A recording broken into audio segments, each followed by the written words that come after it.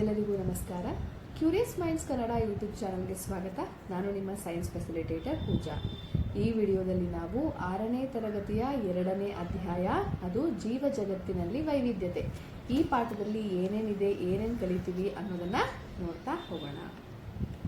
ಇದು ನಿಮ್ಮ ಹೊಸ ಟೆಕ್ಸ್ಟ್ ಬುಕ್ಕಲ್ಲಿರುವಂತಹ ಪಾಠ. ಸೊ ಇದರ ಕಲಿಕಾಂಶಗಳನ್ನು ನೋಡೋಣ. ನಮ್ಮ ಸುತ್ತಲಿನ ರಸ್ತೆಗಳು, ಪ್ರಾಣಿಗಳಲ್ಲಿನ ವೈವಿಧ್ಯತೆ ಮತ್ತು ಸಸ್ಯ ಹಾಗೂ ಪ್ರಾಣಿಗಳಲ್ಲಿ ಏನೇನು ವೈವಿಧ್ಯತೆ ಇದೆ ಅನ್ನೋದನ್ನು ನೋಡ್ತೀವಿ.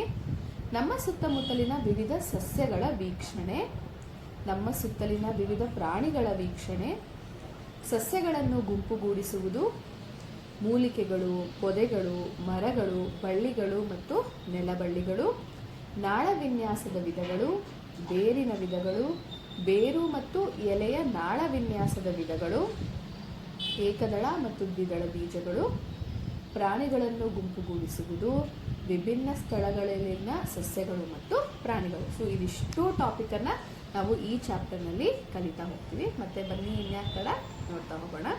ಮೊದಲನೇದಾಗಿ ನಮ್ಮ ಸುತ್ತಮುತ್ತಲಿನ ಸಸ್ಯಗಳು, ಅವುಗಳನ್ನು ಹೇಗೆ ನಾವು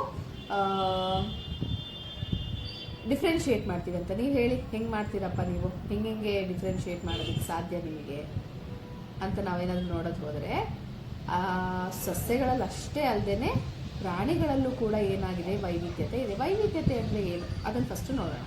ಏನು ವೈವಿಧ್ಯತೆ ಅಂತ ಅಂದರೆ ವೆರೈಟಿ ಅಂತ ಅರ್ಥ. ಸಸ್ಯಗಳು ನಿಮ್ಮ ಸುತ್ತಮುತ್ತ ಇದೆ, ಪ್ರಾಣಿಗಳು ನಿಮ್ಮ ಸುತ್ತಮುತ್ತ ಇದೆ, ಎಲ್ಲೆಲ್ಲಾನು ಒಂದೇ ಥರ ಇರುತ್ತಾ? ಇಲ್ಲ, ಹೌದಲ್ವಾ? ಎಷ್ಟೊಂದು ರೀತಿಯ ಸಸ್ಯಗಳಿದೆ, ಎಷ್ಟೊಂದು ರೀತಿಯ ಪ್ರಾಣಿಗಳು ಇದೆ. ಅದೇ ವೈವಿಧ್ಯತೆ, ವೆರೈಟಿ ಅಂತ ಅರ್ಥ. ಸೊ ಚಟುವಟಿಕೆ ಇಲ್ಲಿ ಕೊಟ್ಬಿಟ್ಟಿದ್ದಾರೆ 2.1ರಲ್ಲಿ.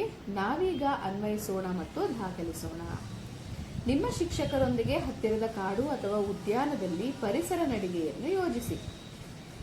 ಅಂದರೆ ಏನು ಮಾಡಬೇಕು? ಒಂದು ಪಾರ್ಕ್ಗೆ ನಿಮ್ಮ ಟೀಚರ್ ಅಥವಾ ನಿಮ್ಮ ಪೇರೆಂಟ್ಸ್ ಜೊತೆ ನೀವು ಹೋಗಬೇಕು. ಪರಿಸರ ನಡಿಗೆಯಲ್ಲಿ ವಿವಿಧ ಸಸ್ಯಗಳು, ಕೀಟಗಳು, ಪಕ್ಷಿಗಳು ಮತ್ತು ಇತರೆ ಪ್ರಾಣಿಗಳನ್ನು ವೀಕ್ಷಿಸಿ. ಅಲ್ಲಿ ಏನೇನಿದೆ, ಏನೇನು ನಿಮಗೆ ಸುತ್ತಮುತ್ತ ಕಾಣುತ್ತೆ, ಯಾವ ತರಹದ ಸಸ್ಯಗಳಿದೆ, ಪ್ರಾಣಿಗಳಿದೆ, ಅದೆಲ್ಲನೂ ನೀವೇನು ಮಾಡಬೇಕು? ವೀಕ್ಷಿಸಬೇಕು. ವಾತಾವರಣವು ಬಿಸಿಯಾಗಿದೆಯೇ, ತಂಪಾಗಿದೆಯೇ, ಗಾಳಿ ಬೀಸುತ್ತಿದೆಯೇ, ಮುಂತಾದವುಗಳನ್ನು ಸಹ ದಾಖಲಿಸಿ. ಸೊ ವೆದರ್ ಹೇಗಿದೆ, ಹವಾಮಾನ ಹೇಗಿದೆ ಅಂತ ಕೂಡ ನೀವು ಬರ್ಕೋಬೇಕು. ನೆಕ್ಸ್ಟ್, ನೀವು ವಿವಿಧ ರೀತಿಯ ಉದುರೆಲೆಗಳನ್ನು ಅಥವಾ ಹೂಗಳನ್ನು ಸಂಗ್ರಹಿಸಬಹುದು ಹಾಗೂ ಕಚ್ಚಾ ಪುಸ್ತಕವನ್ನು ರಚಿಸಬಹುದು. ಅಲ್ಲಿ ಬಿದ್ದಿರುತ್ತಲ್ವ ಎಲೆಗಳು, ಅದನ್ನು ಕೂಡ ನೀವು ತಗೊಂಡು ಬಂದು, ಹೂಗಳನ್ನು ತಗೊಂಡು ಬಂದು ಏನು ಮಾಡ್ಬೋದು?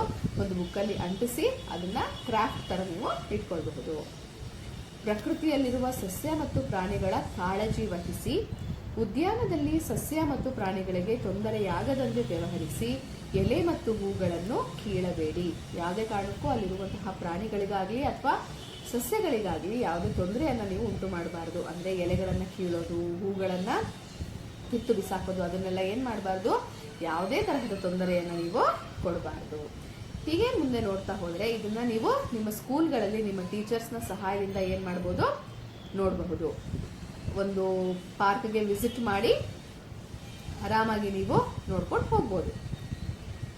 ಅದಾದಮೇಲೆ ನೆಕ್ಸ್ಟ್, ನೀವು ವೀಕ್ಷಿಸಿದ ವಿವಿಧ ಸಸ್ಯಗಳ ಕಾಂಡ, ಎಲೆ, ಹೂವು ಹಾಗೂ ಇತರೆ ಯಾವುದೇ ಆಸಕ್ತಿದಾಯಕ ಅಂಶಗಳನ್ನು ಕೋಷ್ಟಕ 2.1ರಲ್ಲಿ ದಾಖಲಿಸಿ. ಈಗ ಕೆಳಗಡೆ ಒಂದು ಕೋಷ್ಟಕ ಕೊಟ್ಟಿದ್ದಾರೆ, ಹೌದಲ್ವಾ? ಅಂದರೆ ಟೇಬಲ್ ಕೊಟ್ಟಿದ್ದಾರೆ. ಅಲ್ಲಿ ನೀವೇನೇನು ನೋಡಿದ್ದೀರಾ, ಏನೇನು ತಿಳ್ಕೊಂಡಿದ್ದೀರಾ ಅದನ್ನು ಬರಿತಾ ಹೋಗಬೇಕು. ಸೊ ಇಲ್ಲಿ ಏನು ಕೊಟ್ಟಿದ್ದಾರೆ ಅದನ್ನು ಫಸ್ಟು ನೋಡೋಣ. ಫಸ್ಟು ಸಾಮಾನ್ಯ ಹುಲ್ಲು ಕೊಟ್ಟಿದ್ದಾರೆ. ಅಂದರೆ ನೀವೆಲ್ಲ ಕಡೆ ಹುಲ್ಲುಗಳನ್ನು ನೋಡ್ತೀರಲ್ಲ, ಅದು ಹೇಗಿರುತ್ತೆ? ಅದು ಕಾಂಡ ಮೃದು ಮತ್ತು ತೆಳುವಾಗಿ ಇರುತ್ತೆ. ಅಂದರೆ ಅದನ್ನು ನೀವು ಆರಾಮಾಗಿ ಬೆಂಡ್ ಮಾಡ್ಬೋದು. ಎಲೆಗಳು ಹೇಗಿರುತ್ತೆ? ಕಾಂಡದ ಮೇಲಿನ ವಿವಿಧ ಬಿಂದುಗಳಿಂದ ಪರ್ಯಾಯವಾಗಿ ಒಂದೊಂದು ಎಲೆಯು ಬೆಳೆಯುತ್ತದೆ. ಕಾಂಡದಿಂದ ಒಂದೊಂದು ಕಡೆ ಒಂದೊಂದು ಪರ್ಯಾಯ ಅಂತಂದರೆ ಒಂದು ಕಡೆ ಈ ಕಡೆ, ಒಂದು ಈ ಕಡೆ, ಆ ಥರ ಏನು ಮಾಡ್ತಾ ಹೋಗುತ್ತೆ? ಎಲೆಗಳು ಬೆಳೀತಾ ಹೋಗುತ್ತೆ. ಏನಾದರೂ ಅಲ್ಲಿ ಹೂಗಳು ಜಾಗದಲ್ಲಿ ಏನೂ ಕೊಟ್ಟಿಲ್ಲ. ಅದಾದ್ಮೇಲೆ ನೋಡಿ, ಯಾವುದೇ ಇತರೆ ವೀಕ್ಷಣೆ ಮತ್ತು ಗುಣಗಳಿಗೆ ಹಸಿರು ಎಲೆ ಅಂತ ಕೊಟ್ಟಿದ್ದಾರೆ. ಅಂದರೆ ಹಸಿರಾಗಿರುತ್ತೆ ಅವರಿಗೆ. ಹೂಗಳಿರುತ್ತಾ? ಹುಲ್ಲಲ್ಲಿ ಯಾವತ್ತಾದ್ರೂ ಹೂ ನೋಡಿದ್ದೀರಾ ನೀವು?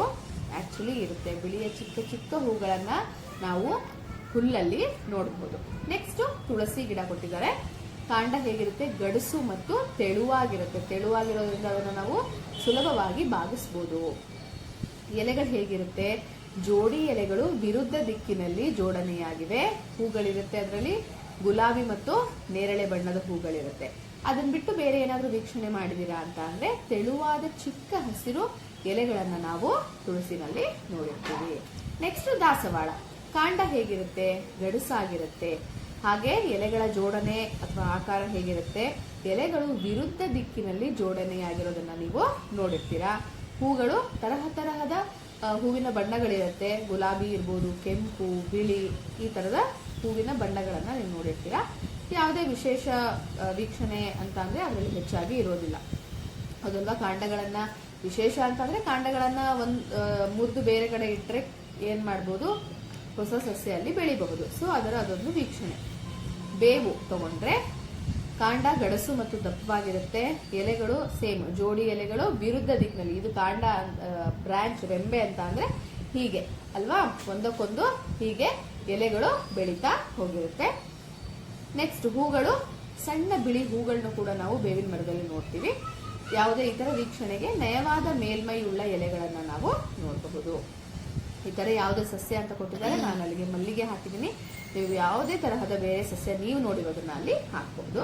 ಕಾಂಡ ಹೇಗಿರುತ್ತೆ? ಮೃದು ಮತ್ತು ತೆಳುವಾಗಿರುತ್ತೆ, ಅದನ್ನು ಕೂಡ ನಾವು ಬಗ್ಗಿಸಬಹುದು. ಎಲೆಗಳು ವಿರುದ್ಧ ದಿಕ್ಕಿನಲ್ಲಿ ಜೋಡಣೆ ಆಗಿರೋದನ್ನ ನೀವು ನೋಡಬಹುದು. ಬಿಳಿಯ ಹೂಗಳು, ವಿಶೇಷಣೆ ಏನಿರುತ್ತೆ ಅದರಲ್ಲಿ? ಸುವಾಸನೆ ಭರಿತವಾದ ಹೂಗಳನ್ನ ನೀವು ನೋಡಬಹುದು. ನೆಕ್ಸ್ಟ್, ಸಸ್ಯಗಳಲ್ಲಿ ಈ ಕೆಳಗಿನ ವೈವಿಧ್ಯಮಯ ಗುಣಗಳನ್ನು ನಿಮ್ಮ ವೀಕ್ಷಣೆಯಲ್ಲಿ ಗಮನಿಸಿರುತ್ತೀರಿ. ಇಷ್ಟು ಆದ್ಮೇಲೆ, ಪರಿಸರ ನಡಿಗೆ ಹೋಗಿ ಬಂದ್ಮೇಲೆ ಏನನ್ನ ಗಮನಿಸಿರ್ತೀರಾ ಅಂತ ಇಲ್ಲಿ ಕೊಟ್ಟಿದ್ದಾರೆ. ಎತ್ತರ ಅಥವಾ ಗಿಡ್ಡ. ಒಂದು ಸಸ್ಯ ಎತ್ತರವಾಗಿದೆಯೋ ಅಥವಾ ಕುಳ್ಳಿಗಿದೆಯೋ ಅಂತ ನೋಡಿರ್ತೀರಾ. ಅದರ ಕಾಂಡ ಗಡುಸಾಗಿದೆಯೋ ಅಥವಾ ಮೃದುವಾಗಿದೆಯೋ. ಗಡುಸು ಅಂದ್ರೆ ದಪ್ಪದಾಗಿದೆಯೋ ತೆಳುವಾಗಿದೆಯೋ ಅಂತ ನೋಡಿರ್ತೀರಾ. ಅದಾದ್ಮೇಲೆ ಕಾಂಡ ಅಥವಾ ರೆಂಬೆಗಳ ಮೇಲೆ ವಿವಿಧ ಆಕಾರದ ಎಲೆಗಳು ಮತ್ತೆ ಅದು ಹೇಗೆ ಜೋಡಿಸಿರ್ತವೆ ಅಂತ ಕೂಡ ನೋಡಿರ್ತೀರ.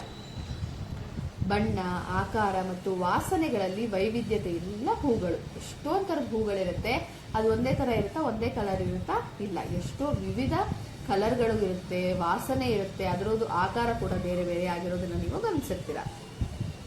ಈಗ ನಿಮ್ಮ ಈ ನಡಿಗೆಯಲ್ಲಿ ಗಮನಿಸಿದ ಅಥವಾ ನಿಮ್ಮ ಹಿಂದಿನ ಅನುಭವಗಳ ಆಧಾರದ ಮೇಲೆ ಪ್ರಾಣಿಗಳ ಪಟ್ಟಿಯನ್ನು ರಚಿಸಿ. ಈಗ ನೀವು ಹೇಗೆ ಸಸ್ಯದ ಒಂದು ಪಟ್ಟಿಯನ್ನು ರಚಿಸಿದ್ರೋ ಹಾಗೆಯೇ ಪ್ರಾಣಿಗಳ ಒಂದು ಪಟ್ಟಿಯನ್ನು ಕೂಡ ನೀವು ರಚಿಸಬೇಕು. ಕೋಷ್ಟಕ 2.2 ನಮ್ಮ ಸುತ್ತಲಿನ ವಿವಿಧ ಪ್ರಾಣಿಗಳ ವೀಕ್ಷಣೆಗಳು. ಕೋಷ್ಟಕ ಕೊಟ್ಟಿದ್ದಾರೆ, ಒಂದು ಎಕ್ಸಾಂಪಲ್ ಕೂಡ ಕೊಟ್ಟಿದ್ದಾರೆ. ಕಾಗೆ ವಾಸಸ್ಥಾನ, ಇಲ್ಲಿ ಮರ. ಸೇವಿಸುವ ಆಹಾರ ಕೀಟಗಳು.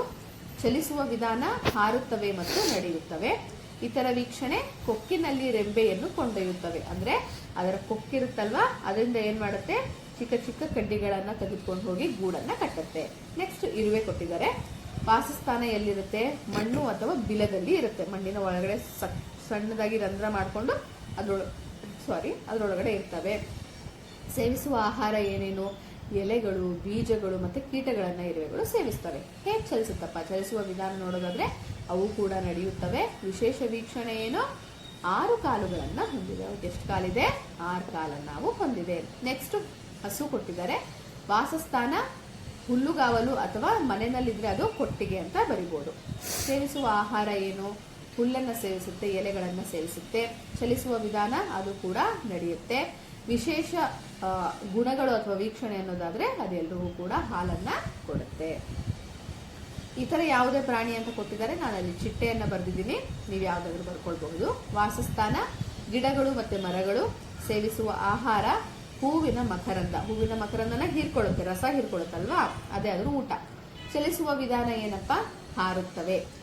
ವಿಶೇಷ ಗುಣಗಳು ಬಗೆ ಬಗೆಯ ಬಣ್ಣಗಳಲ್ಲಿ ರೆಕ್ಕೆಗಳಿರೋದನ್ನ ನೀವು ನೋಡಿರ್ತೀರಾ. ಸೊ ಇದಿಷ್ಟು ಕೂಡ ವಿವಿಧ ಪ್ರಾಣಿಗಳ ವೀಕ್ಷಣೆ. ಕೆಲವೊಂದು ಮಾತ್ರ ಇಲ್ಲಿ ಕೊಟ್ಟಿದ್ದಾರೆ, ಇದಕ್ಕಿಂತ ಹೆಚ್ಚಾಗಿ ನೀವು ನೋಡಿರಬಹುದು. ಹಾಗೆ ಮುಂದೆ ನೀವು ನೋಡ್ತಾ ಹೋದ್ರೆ ಕೋಷ್ಟಕ 2.2ರಲ್ಲಿ ನೀವು ಗಮನಿಸಿದ ಮತ್ತು ದಾಖಲಿಸಿದ ಪ್ರಾಣಿಗಳಲ್ಲಿರುವ ಸಾಮ್ಯತೆ ಮತ್ತು ವ್ಯತ್ಯಾಸಗಳೇನು? ಏನೇನಿರ್ಬೋದು ಡಿಫ್ರೆನ್ಸಸ್ ಅನ್ನೋದಾದ್ರೆ, ಕೆಲವು ಪ್ರಾಣಿಗಳು ನೆಲದ ಮೇಲೆ ಹಾಗೂ ಕೆಲವು ಮರದ ಮೇಲೆ ವಾಸಿಸುವುದನ್ನು ನೀವು ಗಮನಿಸಿರಬಹುದು. ಕೆಲವು ಪ್ರಾಣಿಗಳು ನೆಲದ ಮೇಲೆ ಇರುತ್ತೆ, ಎಕ್ಸಾಂಪಲ್ ಹಸು. ಮರದ ಮೇಲೆ ಇರೋದು ಅನ್ನೋದಾದ್ರೆ ಚಿಟ್ಟೆ, ಕಾಗೆ ಅಥವಾ ಯಾವುದೇ ಪಕ್ಷಿನ ನೀವು ತಗೊಳ್ಬಹುದು. ಪಕ್ಷಿಗಳು ಮರದ ಮೇಲೆ ವಾಸಿಸುತ್ತವೆ, ಅದು ನಿಮಗೆ ಗೊತ್ತಿದೆ. ಮೀನಲ್ಲಿ ವಾಸಿಸುತ್ತೆ, ನೀರಿನಲ್ಲಿ ವಾಸಿಸುತ್ತೆ. ಕಪ್ಪೆಯಂತಹ ಕೆಲವು ಪ್ರಾಣಿಗಳು ನೀರಿನ ಒಳಗೆ ಹಾಗೂ ನೆಲದ ಮೇಲೆ ವಾಸಿಸುತ್ತವೆ. ಕೆಲವು ಪ್ರಾಣಿಗಳು ಏನ್ ಮಾಡ್ತವೆ, ನೀರಲ್ಲೂ ವಾಸಿಸುತ್ತೆ, ಭೂಮಿ ಮೇಲೂ ವಾಸಿಸ್ತವೆ. ಅಂತಹ ಪ್ರಾಣಿಗಳನ್ನ ಏನಂತ ಕರಿತೀವಿ ಗೊತ್ತಾ ನಿಮಗೆ? ಉಭಯವಾಸಿ ಪ್ರಾಣಿಗಳು ಅಂತ ಕರಿತೀವಿ. ಎಕ್ಸಾಂಪಲ್ ಕಪ್ಪೆ, ಮೊಸಳೆ, ಆಮೆ, ಇದೆಲ್ಲವೂ ಕೂಡ ಉಭಯವಾಸಿ ಪ್ರಾಣಿಗಳಿಗೆ ಉದಾಹರಣೆ. ಉಭಯ ಅಂತ ಅಂದ್ರೆ ಎರಡು, ವಾಸಿ, ಉಭಯವಾಸಿ, ಎರಡು ಕಡೆ ವಾಸಿಸೋದು. ನೆಕ್ಸ್ಟ್, ಪ್ರಾಣಿಗಳು ಸಹ ಅವು ಸೇವಿಸುವ ಆಹಾರ ಮತ್ತು ಅವುಗಳ ಚಲನೆಯಲ್ಲಿ ವೈವಿಧ್ಯತೆಯನ್ನು ತೋರಿಸುತ್ತವೆ. ಎಲ್ಲಾ ಪ್ರಾಣಿಗಳು ಒಂದೇ ತರದ ಆಹಾರವನ್ನ ಯಾವತ್ತಿಗೂ ಕೂಡ ಸೇವಿಸಲ್ಲ, ಹೌದಲ್ವಾ? ಬೇರೆ ಬೇರೆ ರೀತಿಯಾದಂತಹ ಆಹಾರ ಪದ್ಧತಿಯನ್ನ ಅವುಗಳು ಕೂಡ ಹೊಂದಿದೆ. ಆಮೇಲೆ ಚಲನೆಯಲ್ಲೂ ಕೂಡ ಕೆಲವೊಂದು ಹಾರತ್ತೆ, ನಡೆಯುತ್ತೆ, ತೆವಳುತ್ತವೆ, ಕುಪ್ಪಳಿಸ್ಕೊಂಡು ಹೋಗ್ತವೆ. ಸೊ ಅದರ ಚಲನೆಯ ವಿಧಾನದಲ್ಲೂ ಕೂಡ ಏನಾಗಿರುತ್ತೆ, ಬೇರೆ ಬೇರೆ ಆಗಿರುತ್ತೆ. ಸೊ ಚಟುವಟಿಕೆ 2.2 ಕೊಟ್ಟಿದ್ದಾರೆ, ನಾವೀಗ ಪ್ರಶಂಸಿಸೋಣ. ಇಲ್ಲಿ ಈ ಆಕ್ಟಿವಿಟಿ ತುಂಬಾ ಇಂಟ್ರೆಸ್ಟಿಂಗ್ ಆಗಿದೆ.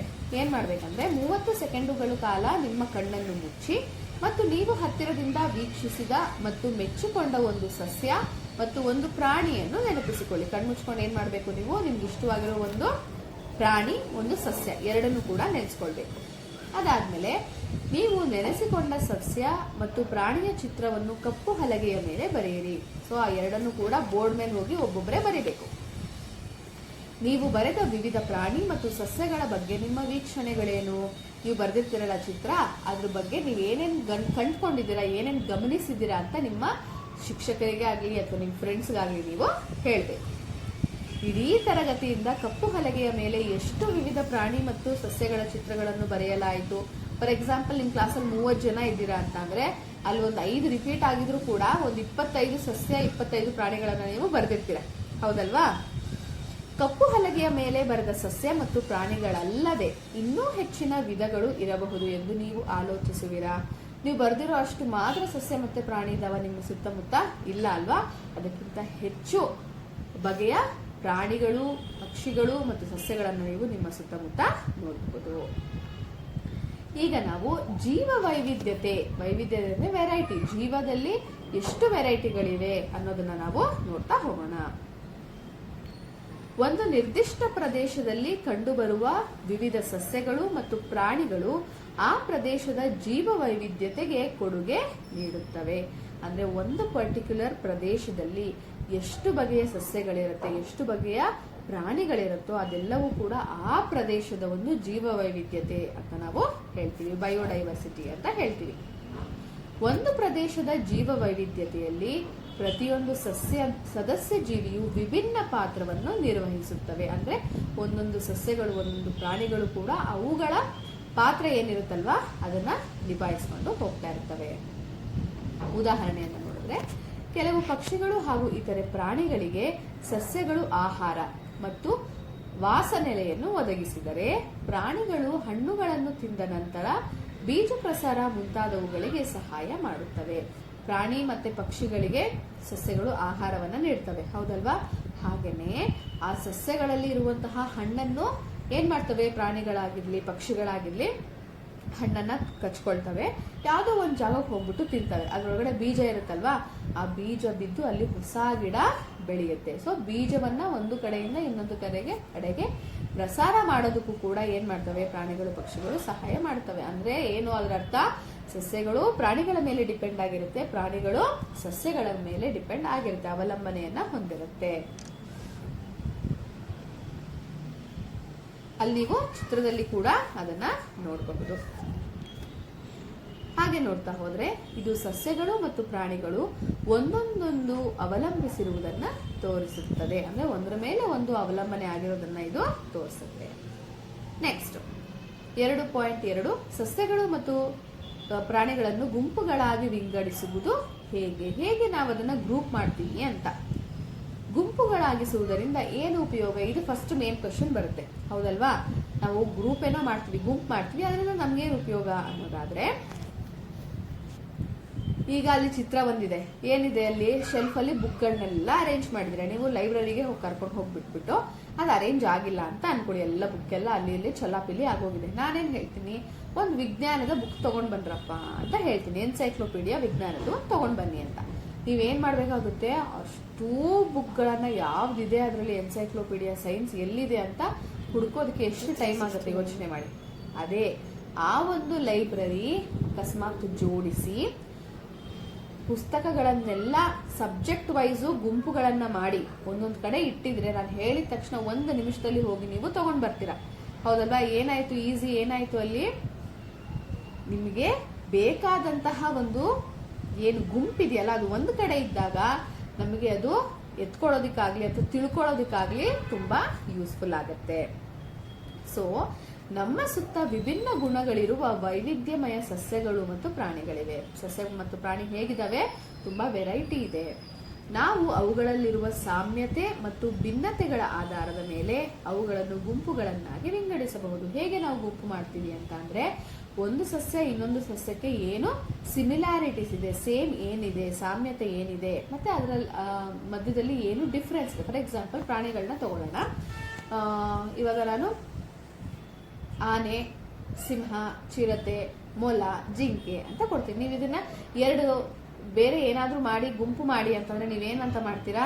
ಓಕೆ, ಚಿರತೆ, ಸಿಂಹ ಇರೋದನ್ನ ಒಂದು ಗುಂಪು ಮಾಡ್ತೀರಾ, ಮೊಲ, ಆನೆ, ಜಿಂಕೆನ ಒಂದು ಗುಂಪು ಮಾಡ್ತೀರಾ. ಏನಕ್ಕೆ ಮಾಡ್ತೀರಾ? ಅದು ತಿನ್ನೋ ಆಹಾರ, ಹೌದಲ್ವಾ? ಅದು ತಿನ್ನೋ ಆಹಾರ ಬೇರೆ ಬೇರೆ ಆಗಿರುತ್ತೆ, ಭಿನ್ನತೆ ಇದೆ ಅದರಲ್ಲಿ. ಕೆಲವೊಂದು ಮಾಂಸಾಹಾರಿ ಪ್ರಾಣಿಗಳು, ಇನ್ನು ಕೆಲವಷ್ಟು ಸಸ್ಯಾಹಾರಿ ಪ್ರಾಣಿಗಳು. ಸೊ ಹೀಗೆ ಪ್ರಾಣಿಗಳು ಹಾಗೂ ಸಸ್ಯಗಳ ಮಧ್ಯದಲ್ಲಿರುವ ಸಾಮ್ಯತೆ ಮತ್ತು ಭಿನ್ನತೆಗಳನ್ನ ಆಧಾರವಾಗಿಟ್ಕೊಂಡು ನಾವೇನ್ ಮಾಡ್ತಾ ಹೋಗ್ತೀವಿ? ಗುಂಪುಗಳನ್ನ ಮಾಡ್ತಾ ಹೋಗ್ತೀವಿ. ಚಟುವಟಿಕೆ 2.3 ನಾವೀಗ ಗುಂಪು ಮಾಡೋಣ. ಇಲ್ಲೊಂದು ಚಟುವಟಿಕೆ ಕೊಟ್ಟಿದ್ದಾರೆ, ಏನು ಅಂತ ನೋಡೋಣ. ವಿವಿಧ ಸಸ್ಯಗಳು ಮತ್ತು ಪ್ರಾಣಿಗಳ ಚಿತ್ರಗಳನ್ನು ಸಂಗ್ರಹಿಸಿ ಪ್ರತಿಯೊಂದು ಚಿತ್ರಗಳನ್ನು ಬೇರೆ ಬೇರೆ ಕಾರ್ಡ್ ಮೇಲೆ ಅಂಟಿಸಿ. ಚಿತ್ರಪಟಗಳಲ್ಲಿರುವ ಸಸ್ಯಗಳು ಮತ್ತು ಪ್ರಾಣಿಗಳ ವಿವಿಧ ಗುಣಗಳನ್ನು ವೀಕ್ಷಿಸಿ. ಸಾಮಾನ್ಯ ಗುಣಗಳ ಆಧಾರದ ಮೇಲೆ ಅವುಗಳನ್ನು ವಿಂಗಡಿಸಿ. ಸೊ ಚಿತ್ರಪಟ ಏನ್ ಮಾಡಬೇಕು? ಪ್ರಾಣಿಗಳದ್ದು ಸಸ್ಯಗಳನ್ನೆಲ್ಲ ತಗೊಂಡು ಒಂದೊಂದು ಚಿಕ್ಕದಾಗಿ ಕಾರ್ಡ್ಬೋರ್ಡ್ ಮೇಲೆ ಅಂಟಿಸಿ ಅದನ್ನ ಕಟ್ ಮಾಡಬೇಕು. ಕಟ್ ಮಾಡಾದ್ಮೇಲೆ ಅದಷ್ಟನ್ನು ಮಿಕ್ಸ್ ಮಾಡಿ ಯಾವ್ದಾದ್ರೂ ಒಂದು ಗುಣನ ನೀವು ಆಯ್ಕೆ ಮಾಡಿಕೊಂಡು ಅದನ್ನೇನ್ ಮಾಡಬೇಕು? ಗುಂಪುಗಳನ್ನಾಗಿ ಮಾಡಬೇಕು.